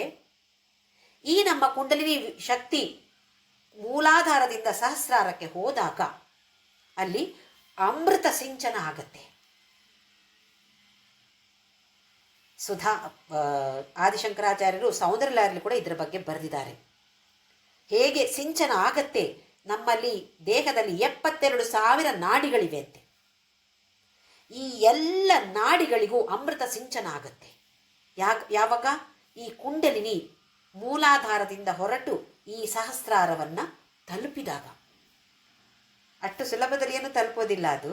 ನಾವು ಹೇಗೆ ಒಂದು ಸಮುದ್ರವನ್ನು ದಾಟಬೇಕು ಅಂತ ಹೇಳಿದ್ರೆ ಎಷ್ಟು ಕಷ್ಟ ಬರ್ತೇವೆಯೋ, ಹಾಗೆ ಪ್ರತಿಯೊಂದು ಚಕ್ರವನ್ನು ದಾಟೋದು ಕೂಡ ಸುಲಭಕರವಾದಲ್ಲ, ಕ್ಲಿಷ್ಟವಾಗಿದೆ. ಆದರೆ ಅದರ ಮಾರ್ಗವನ್ನು ತಿಳಿದ್ರೆ ಖಂಡಿತವಾಗಿಯೂ ನಮಗೆ ಅದು ಮಾಡಬಹುದು. ಅಥವಾ ಅದರ ಮೇಲೆ ಗಮನ ಇಲ್ಲದೆ ಬರೇ ಸಹಸ್ರನಾಮ ನಾಮಸ್ಮರಣೆಯನ್ನು ಮಾಡ್ತಾ ಮಾಡ್ತಾ ಕೂಡ ಕುಂಡಲಿನಿ ಶಕ್ತಿ ತಾನಾಗಿಯೇ ಮೇಲೆ ಬರ್ತಾ ಇರುತ್ತೆ. ನಮ್ಮ ಗಮನ ಅದರ ಮೇಲೆ ಇಲ್ಲದೆ ಇರಬಹುದು. ಹಾಗೆ ಅಮೃತೈಕ ರಸಿಕ, ಅಮೃತ ಸಿಂಚನವನ್ನ ನಮಗೆ ಮಾಡುವಂಥವಳು ಕುಲಾಮೃತೈಕ ರಸಿಕ, ಕುಲ ಸಂಕೇತ ಪಾಲಿನಿ. ಇಲ್ಲಿ ಕುಲ ಅಂತ ಹೇಳಿದ್ರೆ ಒಂದು ಉಪಾಸನಾ ಮಾರ್ಗ. ಬೇರೆ ಬೇರೆಯವರು ಬೇರೆ ಬೇರೆ ಥರದ ಮಾರ್ಗವನ್ನು ಉಪಯೋಗಿಸಿ ಉಪಾಸನೆಯನ್ನು ಮಾಡ್ತಾರೆ. ಹಾಗೆ ಕುಲ ಸಂಕೇತ ಪಾಲಿನಿ, ಅದರ ಸಂಕೇತವನ್ನ ಅವಳು ಆಚರಿಸ್ತಾಳೆ, ನಮಿಗೂ ಆಚರಿಸುವಂತೆ ಪ್ರೇರಣೆಯನ್ನು ಕೊಡ್ತಾಳೆ. ನಮ್ಮ ಕುಟುಂಬದಲ್ಲಿ ಈ ಥರ ನಾವು ಹೇಳಲ್ವಾ, ಓ ನಿಮಗೆ ಹಾಗಿದೆಯಾ, ಕಲಶ ಇಟ್ಟು ನಿಮ್ಮಲ್ಲಿ ವರಲಕ್ಷ್ಮಿ ಪೂಜೆ ಇದೆಯಾ, ನಮ್ಮಲ್ಲಿ ಆ ಥರ ಪದ್ಧತಿ ಇಲ್ಲ. ಒಬ್ಬೊಬ್ಬರ ಕುಟುಂಬದ್ದು ಒಂದೊಂದು ಥರದ ಮಾರ್ಗ ಇರುತ್ತೆ. ಆ ಸಂಕೇತವನ್ನು ನಾವು ಪಾಲಿಸಬೇಕು. ನಮ್ಮ ಕುಟುಂಬದಲ್ಲಿ ಏನಿದೆಯೋ ಅಥವಾ ನಮ್ಮ ಮನಸ್ಸಿಗೆ ಯಾವುದು ಸಂತೋಷವನ್ನು ಕೊಡುತ್ತೋ, ಯಾವುದನ್ನು ಮಾಡಿದಾಗ ನಾವು ಅವಳ ಜೊತೆ ನಮ್ಮನ್ನು ಜೋಡಿಸಿಕೊಳ್ಳುವಂತೆ ಆಗತ್ತೋ, ಅದಕ್ಕೆ ಹೆಸರಿಲ್ಲಿ ಕುಲ ಸಂಕೇತ ಪಾಲಿನಿ. ಕುಲಾಂಗನ, ಇಲ್ಲಿ ಕುಲ ಅಂತ ಹೇಳಿದ್ರೆ ನಮ್ಮ ದೇಹ, ನಮ್ಮ ದೇಹದಲ್ಲಿರುವ ಪ್ರತಿಯೊಂದು ಅಂಗದಲ್ಲಿಯೂ ಅವಳಿದ್ದಾಳೆ. ಅಹಂ ವೈಶ್ವಾನರೋ ಭೂತ್ವ ಪ್ರಾಣಿನಾಂ ದೇಹಮಾಶ್ರಿತಃ ಪ್ರಾಣಾಪಾನ ಸಮಾಯುಕ್ತ ಪಚಾಮ್ಯನ್ನಂ ಚತುರ್ವಿಧಂ ಅಂತ ಹೇಳಿದ ಭಗವಂತ 9ನೇ ಅಧ್ಯಾಯದಲ್ಲಿ, 11ನೇ ಅಧ್ಯಾಯ ಏನು ಹೇಳ್ದೆ, ಯಾಕೆ ಹೇಳ್ದ? ವೈಶ್ವಾನರ ಅಗ್ನಿಯಾಗಿ ನಿನ್ನ ಹೊಟ್ಟೆ ಒಳಗಡೆ ಇದ್ದು ನೀನು ಸೇವಿಸುವಂಥ ಎಲ್ಲ ಆಹಾರವನ್ನು ಕರಗಿಸುವಂಥವನು ನಾನು, ವೈಶ್ವಾನರ ಅಗ್ನಿ ನಾನು. ಹಾಗೆ ಎಲ್ಲ ಅಂಗಗಳಲ್ಲಿಯೂ ಕೂಡ ನಮ್ಮ ಹೃದಯ ಕೆಲಸ ಮಾಡ್ತಾ ಇದೆಯೋ, ನಮ್ಮ ಕರುಳು ಕೆಲಸ ಮಾಡ್ತಾ ಇದೆಯೋ, ಎಲ್ಲ ಅಂಗದಲ್ಲಿಯೂ ಇದ್ದು ಕೆಲಸ ಮಾಡಿಸುವಂಥವಳು ಈ ಜಗನ್ಮಾತೆ. ಕುಲಾಂಗನ, ಕುಲಾಂತಸ್ಥ. ಇಲ್ಲಿ ಕುಲ ಅಂತ ಹೇಳಿದ್ರೆ ನಮ್ಮ ಎಲ್ಲ ಶ್ರುತಿ ಸ್ಮೃತಿ ಪುರಾಣಗಳು ಅಂತ ಹೇಳಲ್ವ, ವೇದ ಪುರಾಣಗಳು ಎಲ್ಲ ಬಂತು. ಅಂತಸ್ಥ, ಅದರ ಒಳಗಡೆ ಅವಳಿದ್ದಾಳೆ. ಎಲ್ಲೋ ದೇವಸ್ಥಾನಕ್ಕೆ ಹೋಗಿಯೇ ಪೂಜೆ ಮಾಡಬೇಕಾದ ಅವಶ್ಯಕತೆ ಇಲ್ಲ. ಯಾವುದೋ ಒಂದು ವೇದವನ್ನು, ಯಾವುದೋ ಒಂದು ಮಂತ್ರವನ್ನು ಓದಿದ್ರು ಅದರಲ್ಲಿ ಅವಳಿದ್ದಾಳೆ. ಆ ಭಾವನೆ ಬೇಕು ನಮಗೆ. ಕುಲಾಂತಸ್ಥ. ಕೌಲಿನಿ, ಕೌಲ ಅಂತ ಹೇಳಿದ್ರೆ ತಂತ್ರದ ಮೂಲಕ ಉಪಾಸನೆ ಮಾಡುವಂಥವರು. ನಾವಿವಾಗ ಕೆಲವು ಕಡೆ ನೋಡ್ತೀವಿ, ತುಂಬ ತಂತ್ರಗಳು ಅಂತ ಹೇಳ್ತಾರಲ್ವಾ, ನಮಗದು ಅರ್ಥ ಆಗೋದಿಲ್ಲ. ಕೈಯನ್ನೆಲ್ಲ ಹೀಗೆ ಮಾಡ್ಕೊಂಡು ಏನೇನೆಲ್ಲ ಮಾಡ್ತಾರೆ, ಅದು ನಮಗೆ ಅರ್ಥ ಆಗೋದಿಲ್ಲ. ಯಾಕೆ ನಮ್ಗೆ ಅದೇನಂತ ಗೊತ್ತಿಲ್ಲ. ಆ ಥರದ ಉಪಾಸನಾ ಮಾರ್ಗಕ್ಕೆ ಹೆಸರು ಕೌಲ. ಕೌಲಿನಿ. ಈಗ ನಾವು ಈ ಟ್ರೈಬಲ್ಸ್ ಅಂತ ಹೇಳ್ತೀವಿ ನೋಡಿ, ಅರಣ್ಯದಲ್ಲೆಲ್ಲ ಇರ್ತಾರೆ, ಕಾಡಿನಲ್ಲೆಲ್ಲ ಇರುವಂಥವರು, ಕಾಡು ಜನರು, ಅವರು ಕೂಡ ಪೂಜೆ ಮಾಡೋದಿಲ್ವೇ? ಅವರ ಪದ್ಧತಿಲಿ ಅವರು ಪೂಜೆ ಮಾಡ್ತಾರೆ. ಯಾವುದೋ ಒಂದು ರೀತಿ ಅವರಿಗೂ ಇದೆ. ಏನೋ ಮಾಂಸವನ್ನ ನೈವೇದ್ಯವಾಗಿ ಕೊಡ್ಬೋದು, ಆದರೆ ಅದು ಅವರ ಪದ್ಧತಿ. ಅವರು ಕೂಡ ಒಂದು ಥರದ ಮಾರ್ಗದಲ್ಲಿ ಅವಳನ್ನು ಪೂಜೆ ಮಾಡ್ತಾಳೆ. ಅವಳು ಕೌಲಿನಿ. ಆಮೇಲೆ ಕುಲಯೋಗಿನಿ. ಯೋಗಿನಿ, ಇಲ್ಲಿ ಯೋಗಿನಿ ಅಂತ ಹೇಳಿದ್ರೆ, ಈ ಕುಲ ಅಂತ ಹೇಳಿದ್ರೆ ಚಕ್ರಗಳು, ಷಟ್ಚಕ್ರಗಳು. ಈ ಯೋಗ ಮಾರ್ಗವಾಗಿ ಮೂಲಾಧಾರದಿಂದ ಸಹಸ್ರಾರದವರೆಗೆ ನಾನಾ ಥರದ ಯೋಗಿಗಳು ಈ ಥರದ ಕುಂಡಲಿ ಯೋಗವನ್ನು ಆಚರಣೆಗೆ ತಂದಿರ್ತಾರೆ. ತುಂಬ ಕಷ್ಟವಾದದ್ದು. ಮತ್ತು ಇದೆಲ್ಲವೂ ಕೂಡ ಗುರುಮುಖೇನ ಮಾಡುವಂಥದ್ದು. ನಮ್ಮಷ್ಟಕ್ಕೆ ನಾವು ಮಾಡುವಾಗಿಲ್ಲ. ಮಾಡಿದ್ರಿಂದಾಗಿ ಅನಾಹುತಗಳೇ ಜಾಸ್ತಿ ಆಗುವ ಸಂಭವ ಇದೆ. ಹಾಗಾಗಿ ಅದು ಬೇಡ. ಆದರೆ ಏನು ಅಂತ ಗೊತ್ತಿರಬೇಕು ನಮಗೆ. ಕುಲಯೋಗಿನಿ. ಆಮೇಲೆ ಅಕುಲ. ಅಕುಲ ಅಂತೇಳಿದರೆ ಕುಟುಂಬವೇ ಇಲ್ಲದವಳು ಅಂತಲ್ಲ. ಅಕುಲ ಅಂತೇಳಿದರೆ ಯಾವುದೇ ಕುಟುಂಬಕ್ಕೂ ಒಂದು ವ್ಯಾಮೋಹವನ್ನು ಇಟ್ಕೊಂಡಿಲ್ಲ. ಅಟ್ಯಾಚ್ಮೆಂಟ್ ಅಂತ ಹೇಳೋದು ಅವಳಿಗೆ ಇಲ್ಲ. ಇದು ಅಕುಲ ಒಂದು ದೃಷ್ಟಿಕೋನದಿಂದ. ಇನ್ನೊಂದು ಕುಲ ಅಂತ ಹೇಳಿದ್ರೆ ಮೂಲಾಧಾರ ಚಕ್ರ ಅಂತ ಹೇಳಿದೆವು. ಅಕುಲ ಅಂತ ಹೇಳಿದ್ರೆ ಸಹಸ್ರಾರ ಚಕ್ರ. ಕುಲ ಅಂತ ಹೇಳಿದ್ರೆ ಮೂಲಾಧಾರ, ಫಸ್ಟ್ ಚಕ್ರ ಮೂಲಾಧಾರ ಚಕ್ರ. ಕೊನೆಯದು ಈ 6 ಚಕ್ರಗಳನ್ನು ದಾಟಿ ತಲೆಯ ಮೇಲೆ ಇರುವಂಥದ್ದು ಸಹಸ್ರಾರ ಚಕ್ರ. ಸಾವಿರಾರು ದಳಗಳಿರುವಂತಹ ಪದ್ಮ ಇದೆ ಅಲ್ಲಿ, ಅದರಲ್ಲಿ ಅವಳಿರ್ತಾಳೆ. ಅದಕ್ಕೆ ಹೆಸರು ಅಕುಲ. ಸಮಯಾಂತಸ್ಥ. ಅಕುಲ ಸಮಯಾಂತಸ್ಥ. ಸಮಯ ಏನು? ಸಮಯ ಅಂತ ಹೇಳಿದರೆ ಒಂದು ನಮಗೆ ಗೊತ್ತಿದೆ, ಟೈಮ್, ಕಾಲ. ಹಾಗಾಗಿ ಅವಳು ಕೂಡ ಕಾಲ ಅಂತ ಅವಳನ್ನು ಹೇಳ್ಬೋದು. ಅಥವಾ ಭಗವದ್ಗೀತೆಯಲ್ಲಿ 11ನೇ ಅಧ್ಯಾಯದಲ್ಲಿ ಭಗವಂತ ಹೇಳ್ತಾನೆ, ಅರ್ಜುನ ಫಸ್ಟ್ ಕೇಳಿರ್ತಾನೆ, ವಿಶ್ವರೂಪ ನಂಗೊಂದ್ಸಲ ತೋರಿಸು ಕೃಷ್ಣ ಅಂತ ಹೇಳಿ. ತೋರಿಸ್ಬೇಕಿದ್ರೆ ನಿನ್ನ ಈ ಸಾಮಾನ್ಯ ಕಣ್ಣಿಂದ ನೋಡೋಕ್ಕಾಗಲ್ಲ, ನಾನು ನಿನ್ಗೊಂದು ಸ್ಪೆಷಲ್ ದಿವ್ಯ ಚಕ್ಷು ಕೊಡ್ತೇನೆ, ಹೊಸತ್ತೊಂದು ಗಾಗಲ್ಸ್ ಕೊಡ್ತೇನೆ ನಿಂಗೆ ಅಂತ ಹೇಳಿದ ಕೃಷ್ಣ. ಅದನ್ನು ಹಾಕಿಕೊಂಡು ಅರ್ಜುನ ನೋಡ್ತಾನೆ. ನೋಡಿದಾಗ ಭಯಭೀತನಾಗ್ತಾನೆ. ಆ ರೂಪವನ್ನು ನೋಡಿ ತಟ್ಕೊಳ್ಳಿಕ್ಕೆ ಆಗೋದಿಲ್ಲ ಅವನಿಗೆ. ಇದೇನಪ್ಪ ಈ ಥರ ಇದ್ದಾನೆ ಇವನು, ಇಷ್ಟರವರೆಗೆ ನನ್ನ ಕೃಷ್ಣ, ನನ್ನ ಗೆಳೆಯ ಇವನು, ನನ್ನ ಸೋದರ ಭಾವ ಇವನು ಅಂತ ಅಂದ್ಕೊಂಡಿದ್ದಷ್ಟೇ ಹೊರತು ಅಮ್ಮಮ್ಮೋ ಈ ಥರ ಇದ್ದಾನೆ ಅಂತ ಗೊತ್ತಿಲ್ಲಪ್ಪ ಅಂತ ಹೇಳಿ ಕೇಳ್ತಾನೆ. ಕೃಷ್ಣ ನೀನು ಯಾರು ಕೃಷ್ಣ? ಏನು ನಿನ್ನ ಕೆಲಸ ಏನು ಈ ಪ್ರಪಂಚದಲ್ಲಿ? ನನಗೇನು ಅರ್ಥ ಆಗ್ತಾ ಇಲ್ಲ ಅಂತ ಹೇಳಿದಾಗ, ಕಾಲೋಸ್ಮಿ ಲೋಕೆ, ನಾನು ಕಾಲ ಪುರುಷ, ನಾನು ಈಗ ಇಲ್ಲಿ ಸಂಹಾರಕ್ಕೆ ಹೋಗಿ ಬಂದಿದ್ದೇನೆ, ನಾನು ಸೃಷ್ಟಿಯು ನಾನೇ, ಹಾಗೆಯೇ ಸಂಹಾರ ಕೂಡ ನಾನೇ ಮಾಡುವಂಥವನು ಅಂತ ಹೇಳಿಲ್ವೇ ಭಗವದ್ಗೀತೆಯಲ್ಲಿ ಭಗವಂತ? ಅದೇ ಇಲ್ಲಿ ಸಮಯಾಂತಸ್ಥ. ಆ ಸಮಯ ಕಾಲ ಪುರುಷ ಅಂತ ಏನು ಹೇಳಿದ್ವೋ ಅದೇ ಇಲ್ಲಿ ಕೂಡ ಈ ಜಗನ್ಮಾತೆ ಸಮಯಾಂತಸ್ಥ. ಇದು ಒಂದು ಅರ್ಥ. ಇನ್ನೊಂದು ಸಮಯ ಅಂತ ಹೇಳಿದರೆ ಇನ್ನೊಂದು ದೃಷ್ಟಿಕೋನದಿಂದ ಮನಸ್ಸಿನಲ್ಲಿ ಪೂಜೆ ಮಾಡುವವರಿಗೆ ಹೆಸರು ಸಮಯಾಚಾರರು. ಸಮಯ ಅಂತ ಹೇಳಿದರೆ ಮಾನಸಿಕ ಪೂಜೆ. ಹಲವಾರು ಜನ ಹೊರಗಡೆ ಯಾವ ಆಚರಣೆಯನ್ನು ಮಾಡೋದೇ ಇಲ್ಲ. ಒಂದು ಮೂರ್ತಿಯೋ ಫೋಟೋವೋ ಏನು ಇಟ್ಕೊಳ್ಳೋದೇ ಇರ್ಬೋದು, ದೇವಸ್ಥಾನಕ್ಕೆ ಹೋಗದೇ ಇರ್ಬೋದು, ಆದರೆ ಮಾನಸ ಪೂಜೆ ಮಾಡ್ತಾ ಇರ್ತಾರೆ. ಇದು ಅತಿ ಶ್ರೇಷ್ಠವಾದ ಪೂಜೆ. ನಾವು ಶಿವಮಾನಸ ಪೂಜೆ ಸ್ತೋತ್ರವನ್ನು ನಾವು ಪಠಣೆ ಮಾಡ್ತೀವಿ. ಆದಿಶಂಕರಾಚಾರ್ಯರು ಬರೆದಿರುವಂಥದ್ದು ಅದ್ಭುತವಾದ ಸ್ತೋತ್ರ ಶಿವಮಾನಸ ಪೂಜಾ. ಈ ಮಾನಸ ಪೂಜೆ ಮಾಡುವವರಿಗೆ ಹೆಸರು ಸಮಯಾಚಾರರು. ಆ ಮಾನಸ ಪೂಜೆಗೆ ಹೆಸರು ಸಮಯ. ಸಮಯಾಂತಸ್ಥ, ಅದರಲ್ಲಿ ಅವಳಿದ್ದಾಳೆ. ಮಾನಸ ಪೂಜೆ ಯಾರ್ಯಾರು ಮಾಡ್ತಾರೋ ಅವರಲ್ಲಿ ಎಲ್ಲ ಅವಳಿರ್ತಾಳೆ. ಆ ಪೂಜೆಯಲ್ಲಿ ತಾನೇ ಇರ್ತಾಳೆ. ಹಾಗೆ ಸಮಯಾಚಾರ ತತ್ಪರ, ಯಾರು ಸಮಯಾಚಾರವನ್ನು ಮಾಡ್ತಾರೋ ಅಂಥವರಲ್ಲಿ ಅವಳು ತತ್ಪರಳಾಗಿರ್ತಾಳೆ. ಅಂದರೆ ತುಂಬ ಪ್ರೀತಿಸ್ತಾಳೆ ಅಂಥವರನ್ನು. ಹಾಗೆಯೇ ಈ ಸಮಯಾಚಾರವನ್ನು ಮಾಡ್ತಾ ಇರುವಂಥವರಿಗೆ ಇನ್ನೂ ಪ್ರೋತ್ಸಾಹವನ್ನು ಕೊಟ್ಟು ಇದರಲ್ಲಿಯೇ ಇನ್ನೂ ಮುಂದಕ್ಕೆ ಹೋಗಿ ಅಂತೇಳಿ ನಮ್ಮನ್ನು ಮುಂದಕ್ಕೆ ತಳ್ಳಿಬಿಡ್ತಾಳಂತೆ. ಅಂದರೆ ಇದರಲ್ಲಿ ಪ್ರಾಮುಖ್ಯತೆಯನ್ನು ಮಾನಸ ಪೂಜೆಗೆ ಕೊಡ್ತಿದ್ದಾರೆ. ಹೊರಗಡೆ ಪೂಜೆ ಮಾಡ್ತಿರೋ ಇಲ್ವೋ ಅದು ನಿಮಗೆ ಬಿಟ್ಟಿದ್ದು. ಆದರೆ ಮಾನಸ ಪೂಜೆಯನ್ನು ಖಂಡಿತವಾಗಿಯೂ ಎಲ್ಲರೂ ಮಾಡಬೇಕು ಅಂತೇಳಿ ನಮಗೆ ವಶಿನ್ಯಾದಿ ವಾಗ್ದೇವತೆಗಳಲ್ಲಿ ಸೂಚನೆಯನ್ನು ಕೊಡ್ತಿದ್ದಾರೆ. ಹೊರಗಡೆ ಪೂಜೆ ಅಂತ ಹೇಳಿದರೆ ಈಗ ಅರ್ಚನೆ ಮಾಡ್ತೇವೆ, ಅಭಿಷೇಕ ಮಾಡ್ತೇವೆ, ನೈವೇದ್ಯ ಮಾಡ್ತೇವೆ, ಅಲಂಕಾರ ಮಾಡ್ತೇವೆ, ಆರತಿ ಮಾಡ್ತೇವೆ. ಇದು ಯಾವುದು ಮಾಡಬಾರ್ದು ಅಂತ ಇಲ್ಲ. ಮಾಡಿದಾಗ ಮನಸ್ಸು ಅದರಲ್ಲಿ ಇರ್ತೀಯೋ ಇಲ್ವೋ ಅಂತ ನಾವು ನಮ್ಮನ್ನು ಪ್ರಶ್ನೆ ಮಾಡಿಕೊಳ್ಬೇಕು. ಹೊರಗೆ ಕೈಯನ್ನು ಉಪಯೋಗಿಸಿ, ಬಾಯನ್ನು ಉಪಯೋಗಿಸಿ ಮಂತ್ರ ಶ್ಲೋಕ ಹೇಳ್ತಾ ಇರ್ತೇವೆ, ಕೈಯನ್ನು ಉಪಯೋಗಿಸಿ ಆರತಿ ಮಾಡ್ತೇವೆ.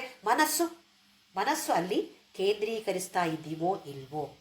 ಇಲ್ಲ, ಮನಸ್ಸು ಆ ಕಡೆ ಈ ಕಡೆ ಹೋಗ್ತಾ ಇದೆಯೋ, ಸ್ವಲ್ಪ ಕ್ಷಣಕ್ಕಾದರೂ ಕೂಡ ಹಿಂದೆ ತಗೊಂಡು ಬಂದು ಮನಸ್ಸನ್ನು ಒಳಕ್ಕೆ ಎಳೆದುಕೊಂಡು ಏನನ್ನ ಮಾಡ್ತಾ ಇದ್ದೇನೆ ನಾನು, ಈ ಭಾವನೆಯನ್ನು ನಾವು ಬೆಳೆಸಿಕೊಳ್ಬೇಕು. ಇದು ವಿಶ್ಲೇಷಣೆ. ಭಗವದ್ಗೀತೆಯಲ್ಲಿ ಕೂಡ 16, 17ನೇ ಅಧ್ಯಾಯ ತುಂಬ ಮುಖ್ಯವಾದದ್ದು. ನಮ್ಮ ವಿಶ್ಲೇಷಣೆಯನ್ನು ನಾವು ಮಾಡಿಕೊಳ್ಬೇಕು. 14ನೇ ಅಧ್ಯಾಯದಲ್ಲೂ ಕೂಡ ಭಗವಂತ ಹೇಳ್ತಾನೆ, ಸತ್ವಗುಣವ, ರಜೋಗುಣವ, ಸ್ತಮೋಗುಣವ ಯಾವುದು ಪ್ರಧಾನವಾಗಿದೆ ನಿನ್ನಲ್ಲಿ, ಇದರ ಬಗ್ಗೆ ವಿಶ್ಲೇಷಣೆಯನ್ನು ಮಾಡಿ ಸತ್ವಗುಣ ಪ್ರಧಾನವಾಗಿ ಇರುವ ಹಾಗೆ ಇರಬೇಕು. ಆಮೇಲೆ ಅದಕ್ಕೂ ಅತೀತನಾಗಿ ಹೋಗಬೇಕು. ಇದನ್ನು ಭಗವಂತ ನಮಗೆ ಭಗವದ್ಗೀತೆಯಲ್ಲಿ ತಿಳಿಸಿಕೊಡ್ತಾನೆ. ಇಲ್ಲಿ ಅದುವೇ ಸಮಯಾಚಾರ ತತ್ಪರ. ಇದರ ಜೊತೆ 3ನೇ ಅಧ್ಯಾಯ ಕೊನೆಗೊಳ್ತಾ ಇದೆ. ಇನ್ನು 4ನೇ ಅಧ್ಯಾಯ, ಇದಕ್ಕೆ ಹೆಸರು ಕುಂಡಲಿನಿ ಪ್ರೇಮ ಯೋಗ. ಕುಂಡಲಿನಿಯ ಬಗ್ಗೆ ಇದರಲ್ಲಿ ಬರ್ತಾ ಇದೆ ಈ ಶ್ಲೋಕಗಳಲ್ಲಿ. ಮೂಲಾಧಾರೈಕ ನಿಲಯ ಬ್ರಹ್ಮ ಗ್ರಂಥಿ ವಿಭೇದಿನಿ ಮಣಿಪೂರಾಂತರುದಿತ ವಿಷ್ಣು ಗ್ರಂಥಿ ವಿಭೇದಿನಿ. ಮೂಲಾಧಾರೈಕ ನಿಲಯ, ಮೂಲಾಧಾರದಲ್ಲಿ ನಿಲಯ ಅವಳು ಇದ್ದಾಳೆ. ಮೂಲಾಧಾರ ಚಕ್ರ ಕೆಳಗಡೆ ಇರುತ್ತೆ, ಶುರುವಾಗೋದು ಈ ಚಕ್ರದಿಂದ. ಇದು ಭೂಮಿ ತತ್ವವನ್ನು ಸೂಚಿಸುತ್ತೆ. ನಮ್ಮಲ್ಲಿ ಪಂಚಭೂತಗಳಿವೆ, ಅದರಲ್ಲಿ ಒಂದು ತತ್ವ ಭೂಮಿ, ಪೃಥ್ವಿ. ಈ ಮೂಲಾಧಾರ ಅಂತ ಹೇಳೋದು ಪೃಥ್ವಿ ತತ್ವವನ್ನು ಸೂಚಿಸುತ್ತೆ. ಅವಳಲ್ಲಿ ನಿಲಯ, ಅಲ್ಲಿರ್ತಾಳೆ. ಮೂಲಾಧಾರ ಅಂತ ಹೇಳಿದರೆ ನಮ್ಮ ಆಸೆಗಳು ಹುಟ್ಟಿಕೊಳ್ಳುವಂತಹ ಜಾಗ. ಎಲ್ಲ ಕಾಮನೆಗಳು ಉದ್ಭವ ಆಗುವಂಥದ್ದು ಈ ಮೂಲಾಧಾರದಲ್ಲಿ. ಮೂಲಾಧಾರೈಕ ನಿಲಯ ಬ್ರಹ್ಮ ಗ್ರಂಥಿ ವಿಭೇದಿನಿ. ಈ ಮೂಲಾಧಾರ ಮತ್ತು ಸ್ವಾಧಿಷ್ಠಾನದ ಮಧ್ಯದಲ್ಲಿ ಒಂದು ಗ್ರಂಥಿ ಅಂತ ಹೇಳಿದ್ರೆ ಒಂದು ಗಂಟು. 3 ಗಂಟುಗಳಿವೆ, ಬ್ರಹ್ಮ ಗ್ರಂಥಿ, ವಿಷ್ಣು ಗ್ರಂಥಿ, ರುದ್ರ ಗ್ರಂಥಿ ಅಂತ ಹೇಳಿ. ಮೊದಲನೇ ಆಗಿ ಬರುವಂಥದ್ದು ಮೂಲಾಧಾರ ಮತ್ತು ಸ್ವಾಧಿಷ್ಠಾನದ ಮಧ್ಯದಲ್ಲಿ ಇರುವಂಥದ್ದು ಗಂಟು. ಇದೇನೋ ನರಗಂಟು ಹಾಕಿಕೊಂಡದ್ದು ಅಂತ ಅನ್ಕೊಳ್ಬೇಡಿ. ಶಕ್ತಿ ಒಂದು ಗಂಟಿನ ರೂಪದಲ್ಲಿ ಇರುತ್ತೆ. ಇಲ್ಲಿ ನಮ್ಮ ಈ ಕುಂಡಲಿನಿ ಮೂಲಾಧಾರದಲ್ಲಿ 3.5 ಸುತ್ತು ಹಾಕಿಕೊಂಡಿರುತ್ತೆ, ಒಂದು ಹಾವಿನ ರೂಪದಲ್ಲಿ. ಹಾವಿನ ಹಾಗೆ ಹೇಗೊಂದು ಬಳ್ಳಿ ಸುತ್ತ ಹಾಕೊಂಡಿರುತ್ತೋ ಹಾಗೆಯೇ 3.5 ಸುತ್ತು. ಇದು ಲೆಕ್ಕ ಕೂಡ ಇದೆ. 3.5 ಸುತ್ತಿನಲ್ಲಿ ನಿದ್ದೆ ಮಾಡಿಕೊಂಡಿರುತ್ತೆ. ಅದು ನಿದ್ದೆ ಮಾಡಿಕೊಂಡಿದ್ದಾಗ ತಮೋಗುಣ ಮಾತ್ರ ಜಾಸ್ತಿ ಆಗಿರುತ್ತೆ. ಯಾವ ವಿಚಾರದಲ್ಲೂ ಲೌಕಿಕ ವಿಚಾರದಲ್ಲಿ ಆಸಕ್ತಿ ಕಡಿಮೆ ಇರುತ್ತೆ. ಅಧ್ಯಾತ್ಮ ಏನು ಅಂತ ಗೊತ್ತಿರೋದಿಲ್ಲ. ಇಲ್ಲಿಂದ ಸ್ವಲ್ಪವಾಗಿ ಮೇಲೆ ಎದ್ದು ಆ ಹಾವು ಕುಂಡಲಿನಿ ಶಕ್ತಿ ಮೇಲಕ್ಕೆ ಬಂದು ಸಹಸ್ರಾರವನ್ನು ತಲುಪುವಂಥದ್ದು ನಮ್ಮ ಗುರಿ. ಈಗ ಹಾಗೆ ಹೋಗ್ಬೇಕಿದ್ರೆ ಮಧ್ಯದಲ್ಲಿ ಅಡಚಣೆಗಳು ಬರುತ್ತೆ. ಮೊದಲನೇ ಅಡಚಣೆಗೆ ಹೆಸರು ಬ್ರಹ್ಮ ಗ್ರಂಥಿ. ಬ್ರಹ್ಮ ಅಂತ ಹೇಳಿದ್ರೆ ಸೃಷ್ಟಿ. ನಮಗೆ ಸೃಷ್ಟಿ ಅಂತ ಹೇಳಿದ ತಕ್ಷಣ ಮನುಷ್ಯ ಸೃಷ್ಟಿ, ಪ್ರಾಣಿ ಸೃಷ್ಟಿಯೇ ಕಣ್ಣಿಗೆ ಕಾಣಿಸೋದು ಅಥವಾ ನೆನಪಾಗೋದು. ಸೃಷ್ಟಿ ಅಂತ ಹೇಳಿದ್ರೆ ಏನು? ಜೀವ ಸೃಷ್ಟಿಯೂ ಇದೆ. ಅದರ ಜೊತೆ ಈಗ ನೋಡಿ, ಒಂದು ಸಿನಿಮಾವನ್ನು ಸೃಷ್ಟಿ ಮಾಡೋದು, ಇದು ಸೃಷ್ಟಿ ತಾನೇ. ಒಂದು ಹಾಡು ಬರೆಯೋದು, ರಚನೆ ಮಾಡಿದ್ರು ಏನು? ಸೃಷ್ಟಿ ಮಾಡೋದು. ಸೃಷ್ಟಿ ಮಾಡಿದ ಹಾಡಿಗೆ ಒಂದು ರಾಗವನ್ನು ಹಾಕೋದು, ಅದು ಒಂದು ಸೃಷ್ಟಿಯೇ. ಇದೆಲ್ಲ ಆಗುವಂಥದ್ದು ಮೂಲಾಧಾರ ಚಕ್ರದಿಂದ. ಅಲ್ಲಿ ಆ ಗ್ರಂಥಿ ಇದೆ, ಗಂಟು ಇದೆ, ಬ್ರಹ್ಮ ಗ್ರಂಥಿ ವಿಭೇದಿನಿ. ಅವಳು ಈ ಬ್ರಹ್ಮ ಗ್ರಂಥಿಯನ್ನ ಒಡೆದು ಹಾಕ್ತಾಳೆ, ಅಥವಾ ಅದರ ಮೂಲಕ ಈ ಕುಂಡಲಿನಿ ಮುಂದೆ ಮೇಲಕ್ಕೆ ಹೋಗುವಂತೆ ಮಾಡ್ತಾಳೆ. ಇದು ಬ್ರಹ್ಮ ಗ್ರಂಥಿ ವಿಭೇದಿನಿ. ಆಮೇಲೆ ಮಣಿಪೂರಾಂತರುದಿತ. ಆಮೇಲೆ ಮೇಲೆ ನಾಭಿಯ ಹಿಂದೆ ಮಣಿಪೂರ ಚಕ್ರ ಇದೆ. ಇದು ಜಲತತ್ವವನ್ನು ಸೂಚಿಸುತ್ತೆ. ಮೂಲಾಧಾರ ಭೂಮಿ ತತ್ವ ಅಥವಾ ಪೃಥ್ವಿ ತತ್ವವನ್ನು ಸೂಚಿಸುತ್ತೆ. ಮಣಿಪೂರ ಅಂತ ಹೇಳೋದು ನಮ್ಮ ನಾಭಿಯ ಕೆಳಗಡೆ ಹಿಂದ್ಗಡೆ ಇದೆ. ಅದು ಜಲತತ್ವ, ನೀರಿನ ತತ್ವವನ್ನ ಸೂಚಿಸುತ್ತೆ. ಮಣಿಪುರಾಂತರುದಿತ, ಇದರ ಒಳಗಡೆ ಅವಳಿದ್ದಾಳೆ. ವಿಷ್ಣು ಗ್ರಂಥಿ ವಿಭೇದಿನಿ. ವಿಷ್ಣು ಗ್ರಂಥಿ ವಿಷ್ಣು ಅಂತ ಹೇಳಿದ್ರೆ ಸ್ಥಿತಿಕಾರ. ಈ ಗಂಟನ್ನ ಅವಳು ಬಿಡಿಸ್ತಾಳೆ. ಏನಾಗತ್ತೆ ಈ ಗಂಟನ್ನು ಅವಳು ಬಿಡಿಸಿದ್ರೆ? ನಮ್ಮ ಕರ್ತೃತ್ವ ಭಾವನೆ ಹೋಗಿಬಿಡತ್ತೆ. ನಾನು ಮಾಡಿದ್ದಲ್ಲ, ನಾನು ನಾನು ನಾನು ಅಂತ ಹೇಳ್ತಾ ಇದ್ರೆ ಆ ವಿಷ್ಣು ಗ್ರಂಥಿ ಇನ್ನೂ ಒಡೆದು ಹೋಗಿಲ್ಲ. ನಮ್ಮ ಕುಂಡಲಿನಿ ಶಕ್ತಿ, ಆ ಸರ್ಪ ಇನ್ನೂ ಎಲ್ಲೋ ಮೂಲಾಧಾರದಲ್ಲಿ ಮಾತ್ರ ಇದೆ. ಯಾಕೆ? ನಾನು ನಾನು ನಾನು ಅಂತ ಹೇಳಿ ಇದೆ. ಹಾಗಾಗಿ ಈ ವಿಷ್ಣು ಗ್ರಂಥಿಯನ್ನ ವಿಭೇದಿನಿ ಅವಳು ಛೇದನ ಮಾಡ್ತಾಳೆ, ಈ ಗಂಟನ್ನ ತೆಗೆದು ಬಿಸಾಕಿ ಬಿಡ್ತಾಳೆ. ಆಗ ನಮ್ಮಲ್ಲಿ ನಾನಲ್ಲ ಮಾಡೋದು, ನಿಮಿತ್ತ ಮಾತ್ರ ಭವಸವ್ಯಸಾಚಿನಂತ 11ನೇ ಅಧ್ಯಾಯದಲ್ಲಿ ಭಗವಂತ ಅರ್ಜುನನಿಗೆ ಹೇಳಿದ, ನೀನೇನು ಅರ್ಜುನ ಮಾಡೋದು? ಒಂದು ಉಪಕರಣ ಮಾತ್ರ ನೀನು, ಮಾಡೋದೆಲ್ಲ ನಾನು ಅಂತ ಭಗವಂತ ಹೇಳಿದ ತಾನೆ. ನಮಗೆ ಮಾಡೋದೆಲ್ಲ ನಾನು. ಭಗವಂತ ಏನು ಬೇಕಾದಾಗ ಒಂದ್ಸಲ ಕೇಳಿಕೊಳ್ಳೋದಷ್ಟೇ ಅವನ ಹತ್ರ. ಕಷ್ಟ ಬಂದಾಗ ಮಾತ್ರ, ಸಂಕಟ ಬಂದಾಗ ವೆಂಕಟರಮಣ, ಇಲ್ದಿದ್ರೆ ನಮಗೆ ಯಾರು ಬೇಡ. ಇದು ನಾನೇ ಮಾಡಿದ್ದು. ಅಹಂಭಾವ ಇದೆ ಅಂತಾದರೆ ವಿಷ್ಣು ಗ್ರಂಥಿ ಇನ್ನೂ ಗಟ್ಟಿಯಾಗಿ ಇದೆ ಅಲ್ಲಿ ಗ್ರಂಥಿಯಾಗಿ. ವಿಷ್ಣು ಗ್ರಂಥಿ ಇದನ್ನ ಅವಳು ಹೊಡೆದೋಡಿಸ್ತಾಳೆ. ಆಜ್ಞಾಚಕ್ರಾಂತರಾಲಸ್ಥ ರುದ್ರ ಗ್ರಂಥಿ ವಿಭೇದಿನಿ. ಆಜ್ಞಾಚಕ್ರಾಂತರಾಲಸ್ಥ ಅಂತ ಹೇಳೋದು ಒಂದು ಹೆಸರು. ಆಜ್ಞಾಚಕ್ರ ನಮ್ಮ 2 ಹುಬ್ಬುಗಳ ಮಧ್ಯದಲ್ಲಿ ನಾವು ಬೊಟ್ಟು ಹಾಕುವ ಜಾಗದಲ್ಲಿ ಇರುವಂಥದ್ದು ಆಜ್ಞಾಚಕ್ರ. ಇದು ಮನಸ್ಸಿನ ತತ್ವ. ಇಲ್ಲಿಯವರೆಗೆ, ಕುತ್ತಿಗೆಯವರೆಗೆ, ಕಂಠದವರೆಗೆ 5 ಚಕ್ರಗಳು ಪಂಚಭೂತಗಳನ್ನು ಸೂಚಿಸುತ್ತೆ. ಈ ಆಜ್ಞಾಚಕ್ರ ಅಂತ ಹೇಳೋದು 6ನೇ ಚಕ್ರ, ಮನಸ್ತತ್ವ, ಮನಸ್ಸಿನ ತತ್ವವನ್ನು ಸೂಚಿಸುತ್ತೆ. ಇದು 2 ಹುಬ್ಬುಗಳ ಮಧ್ಯೆ ಇರುವಂತಹ ಆಜ್ಞಾಚಕ್ರ. ಆಜ್ಞಾಚಕ್ರ ಅಂತರಾಲಸ್ಥ ರುದ್ರಗ್ರಂಥಿ ವಿಭೇದಿನಿ. ಅಲ್ಲಿದ್ದುಕೊಂಡು ರುದ್ರಗ್ರಂಥಿ, ರುದ್ರ ಅಂತ ಹೇಳಿದ್ರೆ ರುದಂ ದ್ರಾವಯತಿ. ರುದಂ ಅಂತ ಹೇಳಿದ್ರೆ ರೋದನ, ಶೋಕ, ದುಃಖ, ಇದನ್ನು ನೀರು ಮಾಡುವಂಥವನು ರುದ್ರ. ಈ ಶೃಂಗೇರಿಯ ಶಂಕರಾಚಾರ್ಯರು ಬರೆದಿರುವಂತಹ ಒಂದು ಮಮ ಪಾಪಂ ಅಪಾಕುರು ದೇವ, ಮಮಂ ಪಾಪಂ ಅಪಾಕುರು ದೇವ, ತಾಪಂ ಅಪಾಕುರು ದೇವ, ಗರುಡ ಗಮನ ತವ ಚರಣ ಕಮಲಮಿಗ ಮನಸಿ ಲಸತು ಮಮ ನಿತ್ಯಂ, ಮನಸಿ ಲಸತು ಮಮ ನಿತ್ಯಂ, ಮಮ ತಾಪಮಪಾಕುರು ದೇವ, ಮಮ ಪಾಪಮಪಾಕುರು ದೇವ ಒಂದು ಬರೆದಿದ್ದಾರೆ ತಾನೆ. ತಾಪವನ್ನ ಅಪಾಂ ಮಾಡು, ಅಪಾಂ ಅಂತ ಹೇಳಿದ್ರೆ ನೀರು, ಪಾಪವನ್ನು ನೀರು ಮಾಡು, ನನ್ನ ತಾಪವನ್ನು, ಕಷ್ಟಗಳನ್ನು, ಬೇಗೆಯನ್ನು ಎಲ್ಲವನ್ನು ನೀರು ಮಾಡು. ನೀರು ಮಾಡಿದರೆ ಹೋಗತ್ತೆ, ಅದು ಗಟ್ಟಿ ಆದರೆ ಅಲ್ಲೇ ಉಳ್ಕೊಳ್ಳೋದು ತಾನೆ. ಹಾಗೆ ಇಲ್ಲಿ ರುದ್ರ ಅಂತೇಳಿದರೆ ನಮ್ಮ ಎಲ್ಲ ಶೋಕವನ್ನು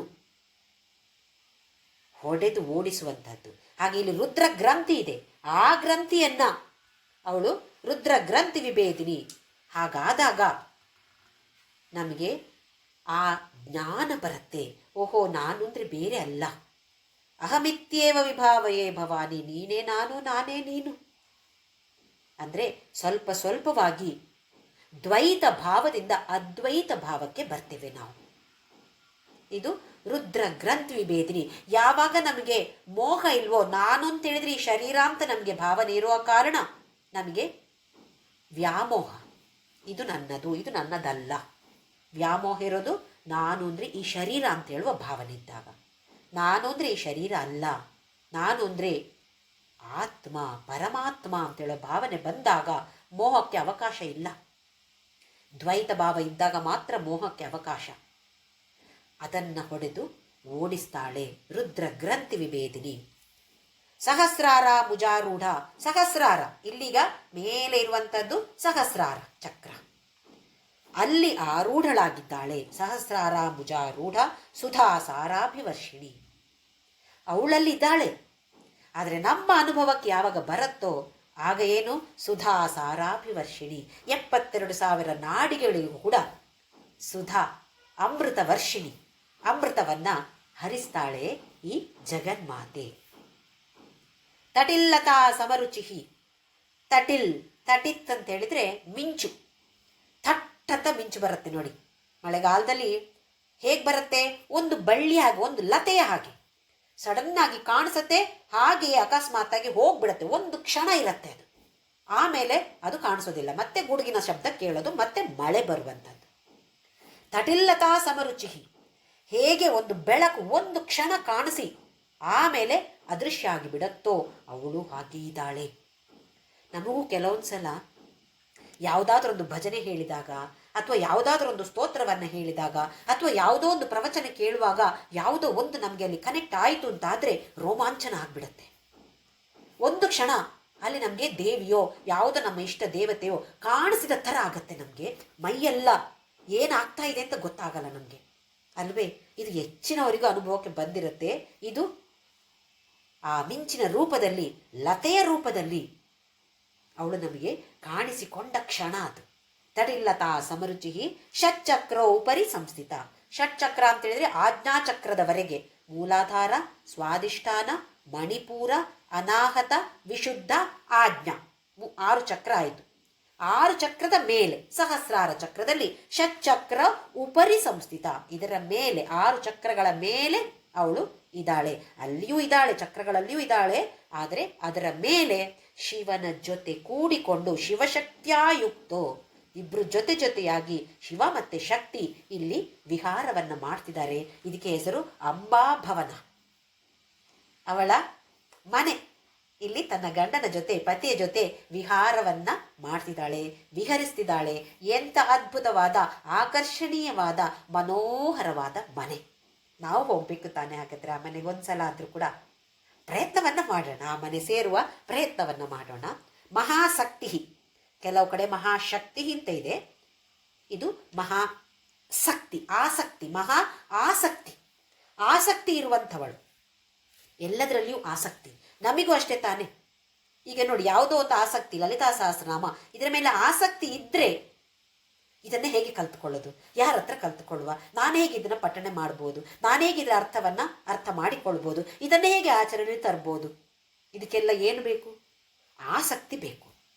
ಒಂದು ಮನುಷ್ಯ ಆದರೂ, ಒಂದು ಮನುಷ್ಯನ ಮೇಲೆ ಆಸಕ್ತಿ ಇದ್ದರೆ ಅವ್ರ ಹತ್ರ ಹೇಗೆ ಮಾತಾಡೋದು? ಒಂದ್ಸಲ ಒಂದು ಫೋನ್ ಮಾಡಿ ನೋಡ್ತೇನೆ ನಾನು ಅಂತ ಮಾಡಲ್ವ ನಾವು? ನಮಗೆ ಆ ಥರದ ಆಸಕ್ತಿ ಯಾವುದರಲ್ಲಿ ಬೇಕು? ಅಧ್ಯಾತ್ಮದಲ್ಲಿ ಬೇಕು. ಅಧ್ಯಾತ್ಮ ಪಥದಲ್ಲಿ ನಾನು ಹೇಗೆ ಮುಂದಕ್ಕೆ ಹೋಗೋದು? ಇದಕ್ಕೆ ನನ್ನ ಪ್ರಯತ್ನವನ್ನು ನಾನು ಮಾಡೋಕ್ಕೆ ರೆಡಿ ಇದ್ದೇನೆ. ಆದರೆ ಯಾವ ಥರದಲ್ಲಿ ಪ್ರಯತ್ನ ಮಾಡೋದು? ಈಗ ನಾನು ಫಿಸಿಕ್ಸ್ PhD ಮಾಡಬೇಕು ಅಂತ ಹೇಳಿ ನಾನಿಲ್ಲಿ ಕೆಮಿಸ್ಟ್ರಿ ಓದ್ತಾ ಕೂತಿದ್ರೆ ಫಿಸಿಕ್ಸ್ PhD ಸಿಗತ್ತಾ ನನಗೆ? ಅದಕ್ಕೆ ಸರಿಯಾದ ಮಾರ್ಗದಲ್ಲಿ ಹೋಗಬೇಕು ನಾನು. ಲಕ್ಷ್ಯ ಹೀಗಿದ್ರೂ ಕೂಡ ಎಲ್ಲೆಲ್ಲೋ ಏನೇನೋ ಮಾಡ್ಕೊಂಡಿದ್ರೆ ಆ ಲಕ್ಷ್ಯವನ್ನು, ಆ ಗುರಿಯನ್ನು ತಲುಪೋದು ಹೇಗೆ? ಆಸಕ್ತಿ ಕೂಡ ಸರಿಯಾದ ಮಾರ್ಗದಲ್ಲಿ ನಮಗೆ ಆಸಕ್ತಿಯನ್ನು ಅವಳು ಕೊಡ್ತಾಳೆ. ಮಹಾಶಕ್ತಿ ಕುಂಡಲಿನಿ. ಈಗ ನಾವು ಹೇಳಿದ ಹಾಗೆ ಆ ಕುಂಡಲಿನಿ ಶಕ್ತಿಯೇ ಆ ಜಗನ್ಮಾತೆ. ಬಿಸತಂತು ತನೀಯಸಿ. ಬಿಸತಂತು ಅಂತ ಹೇಳಿದ್ರೆ ಈ ಕಮಲಗಳ ಹೂ ಇರುತ್ತೆ, ಅದರ ಕಾಂಡ ಇರುತ್ತೆ ನೋಡಿ. ಕಮಲ ಹೂವಿನ ಕಾಂಡದಲ್ಲಿ ಅದನ್ನು ಬಿಡಿಸಿದ್ರೆ ಅದರ ಒಳಗಡೆ ಸಣ್ಣ ಸಣ್ಣ ಸೂಕ್ಷ್ಮವಾದ ನಾರುಗಳು ಹಲವಾರು ಇರುತ್ತೆ. ಅದೆಲ್ಲ ಸೇರಿ ಕಾಂಡ ಆಗಿರುತ್ತೆ. ಯಾವತ್ತಾದರೂ ಯಾರಾದರೂ ಬಿಡಿಸಿ ನೋಡಿರ್ಬೋದು, ಸಣ್ಣ ಸಣ್ಣ ನಾರುಗಳು. ಅವಳು ಹಾಗಿದ್ದಾಳೆ. ಅಂದರೆ ಅಷ್ಟು ಸೂಕ್ಷ್ಮವಾಗಿದ್ದಾಳೆ ಅವಳು, ಸೌಮ್ಯವಾಗಿದ್ದಾಳೆ, ಮೃದು ಆಗಿದ್ದಾಳೆ, ಹಾಗೆಯೇ ಅತೀ ಸೂಕ್ಷ್ಮವಾಗಿದ್ದಾಳೆ. ಅಂದರೆ ಸ್ಥೂಲಕ್ಕೆ ನಮಗೆ ಕಾಣದೇ ಇರಬಹುದು, ಬಿಡಿಸಿ ನೋಡಿದರೆ ತಾನೇ ಕಾಣೋದಲ್ಲಿ. ಪ್ರಯತ್ನವನ್ನು ಮಾಡಿದರೆ ಮಾತ್ರ ನಮಗೆ ಸಿಗುವಂಥವಳು. ಅಂತರ್ಮುಖ ಸಮಾರಾಧ್ಯ ಬಹಿರ್ಮುಖ ಸುದುರ್ಲಭ ಅಂತ ಬರುತ್ತೆ ಇನ್ನೊಂದು ನಾಮ. ಅಂತರ್ಮುಖಿ ಆದರೆ ಮಾತ್ರ ಅವಳು ಸಿಗುತ್ತಾಳೆ. ಮತ್ತೆ ಮತ್ತೆ ಹೊರಗಿನ ಲೌಕಿಕ ಪ್ರಪಂಚದಲ್ಲೇ ಮುಳುಗಿದ್ರೆ ಬಹಿರ್ಮುಖ ಸುದುರ್ಲಭ, ಸಿಗೋದಿಲ್ಲ, ಅವಳು ದುರ್ಲಭಳಾಗ್ತಾಳೆ. ಅಂತರ್ಮುಖಿ ಆದರೆ ಮಾತ್ರ ನಮಗೆ ಸಿಗುವಂಥವಳು. ಅಂದರೆ ಸ್ಥೂಲ ರೂಪದಿಂದ ಸೂಕ್ಷ್ಮ ರೂಪಕ್ಕೆ ಹೋಗುವಂಥ ಪ್ರಯತ್ನವನ್ನು ನಾವು ಮಾಡಬೇಕು. ಅವಳನ್ನು ಕಾಣುವಂಥ ಪ್ರಯತ್ನವನ್ನು ಮಾಡಬೇಕು. ಈಗ ಗುಡಿಗೆ ಹೋದಾಗ ವಿಗ್ರಹ ನೋಡ್ತೇವೆ, ಆಹಾ ಎಷ್ಟು ಸುಂದರವಾಗಿದೆ, ಅದಕ್ಕೆ ಮಾಡಿದ ಅಲಂಕಾರ ಅಂತೂ ಅಷ್ಟು ನಗ್ತಾ ನಗ್ತಾ ಇದ್ದಾಳೆ ಅವಳು, ಕಾಣಿಸತ್ತೆ ನಮಗೆ ಆ ಥರ. ಅದರ ಹಿಂದಿನ ತತ್ವ ಏನಿದೆ, ಅವಳು ಏನು ನಮಗೆ ಸೂಚಿಸ್ತಾ ಇದ್ದಾಳೆ, ಇದಕ್ಕೆ ನಾವು ಗಮನವನ್ನು ಕೊಡಬೇಕು. ಆ ಸ್ಥೂಲ ರೂಪದಲ್ಲಿಯೇ ಅಲ್ಲಿಯೇ ಬಾಕಿ ಆಗಬಾರ್ದು. ಅದು ನಮ್ಮ ಗುರುವೇ ಇರ್ಬೋದು. ಗುರುವನ್ನು ದರ್ಶನ ಮಾಡಿದಾಗ ಎಷ್ಟು ಖುಷಿ ಆಗತ್ತೆ ಅಂದರೆ ನಾವು ಅಲ್ಲಿಗೆ ನಿಂತು ಬಿಡಬಾರ್ದು. ಇದು ಹೊರಗಿನ ರೂಪ ಮಾತ್ರ, ಸೂಕ್ಷ್ಮ ರೂಪದಲ್ಲಿ ಏನಿದೆ ಇದನ್ನು ತಿಳಿದುಕೊಳ್ಳುವ ಪ್ರಯತ್ನವನ್ನು ನಾವು ಮಾಡಬೇಕು ಅಂತ ಹೇಳಿ ಇಲ್ಲಿ ವಶಿನ್ಯಾದಿ ವಾಗ್ದೇವತೆಗಳು ಈ ಬಿಸತಂತು ತನೀಯಸಿ, ಹೇಗೆ ಒಂದು ಕಮಲದ ಹೂವಿನ ಕಾಂಡದ ನಾರು ಒಳಗಡೆ ಇರುವಂತಹ ನಾರು ಸೂಕ್ಷ್ಮವಾಗಿದೆಯೋ ಹಾಗೆಯೇ ಅವಳು ಕೂಡ ಅಷ್ಟು ಸೂಕ್ಷ್ಮವಾಗಿದ್ದಾಳೆ. ಹೇಗೆ ಒಂದು ಕ್ಷಣ ಮಿಂಚು ಕಾಣಿಸುತ್ತೋ, ಬಳ್ಳಿಯಾಗಿ ಕಂಡು ತಕ್ಷಣ ಅದೃಶ್ಯವಾಗುತ್ತೋ ಹಾಗೆಯೇ ಅವಳಿದ್ದಾಳೆ. ಅವಳು ನಮ್ಮ ಜೊತೆ ಪರ್ಮನೆಂಟ್ ಆಗಿರಬೇಕು, ಇದ್ದಾಳೆ, ನಮ್ಮ ಅನುಭವಕ್ಕೆ ಬರಬೇಕು ಅಂತಾದರೆ ಅದಕ್ಕೆ ಸರಿಯಾದ ಸಾಧನೆಯ ಮಾರ್ಗ ಯಾವುದು ಅಂತ ಕಂಡುಹಿಡಿದು ಅದರ ಮೂಲಕ ಹೋಗಬೇಕು, ಅದನ್ನು ಅನುಸರಿಸಬೇಕು. ಹಾಗೆಯೇ ಈ ಕುಂಡಲಿನಿ ವಿದ್ಯೆ ಅಂತ ಹೇಳೋದು, ಶ್ರೀವಿದ್ಯಾ ಅಂತ ಹೇಳೋದು ಗುರುವಿನ ಮೂಲಕ ಮಾತ್ರ ನಾವು ಕಲಿತುಕೊಳ್ಳುವಂಥದ್ದು. ಉಪದೇಶ ತೆಗೆದುಕೊಂಡು ಅದಕ್ಕೆ ಕ್ರಮ ಪ್ರಕಾರವಾಗಿ, ಅದಕ್ಕೆ ತುಂಬ ಪದ್ಧತಿ ಇದೆ, ಆ ಪದ್ಧತಿ ಪ್ರಕಾರ ಮಾತ್ರ ಆಚರಣೆಯನ್ನು ಮಾಡಬೇಕಾದಂಥದ್ದು. ಹಾಗಾಗಿ ಅದರ ಬಗ್ಗೆ ಹೆಚ್ಚು ಗಮನ ಕೊಡೋದು ಬೇಡ.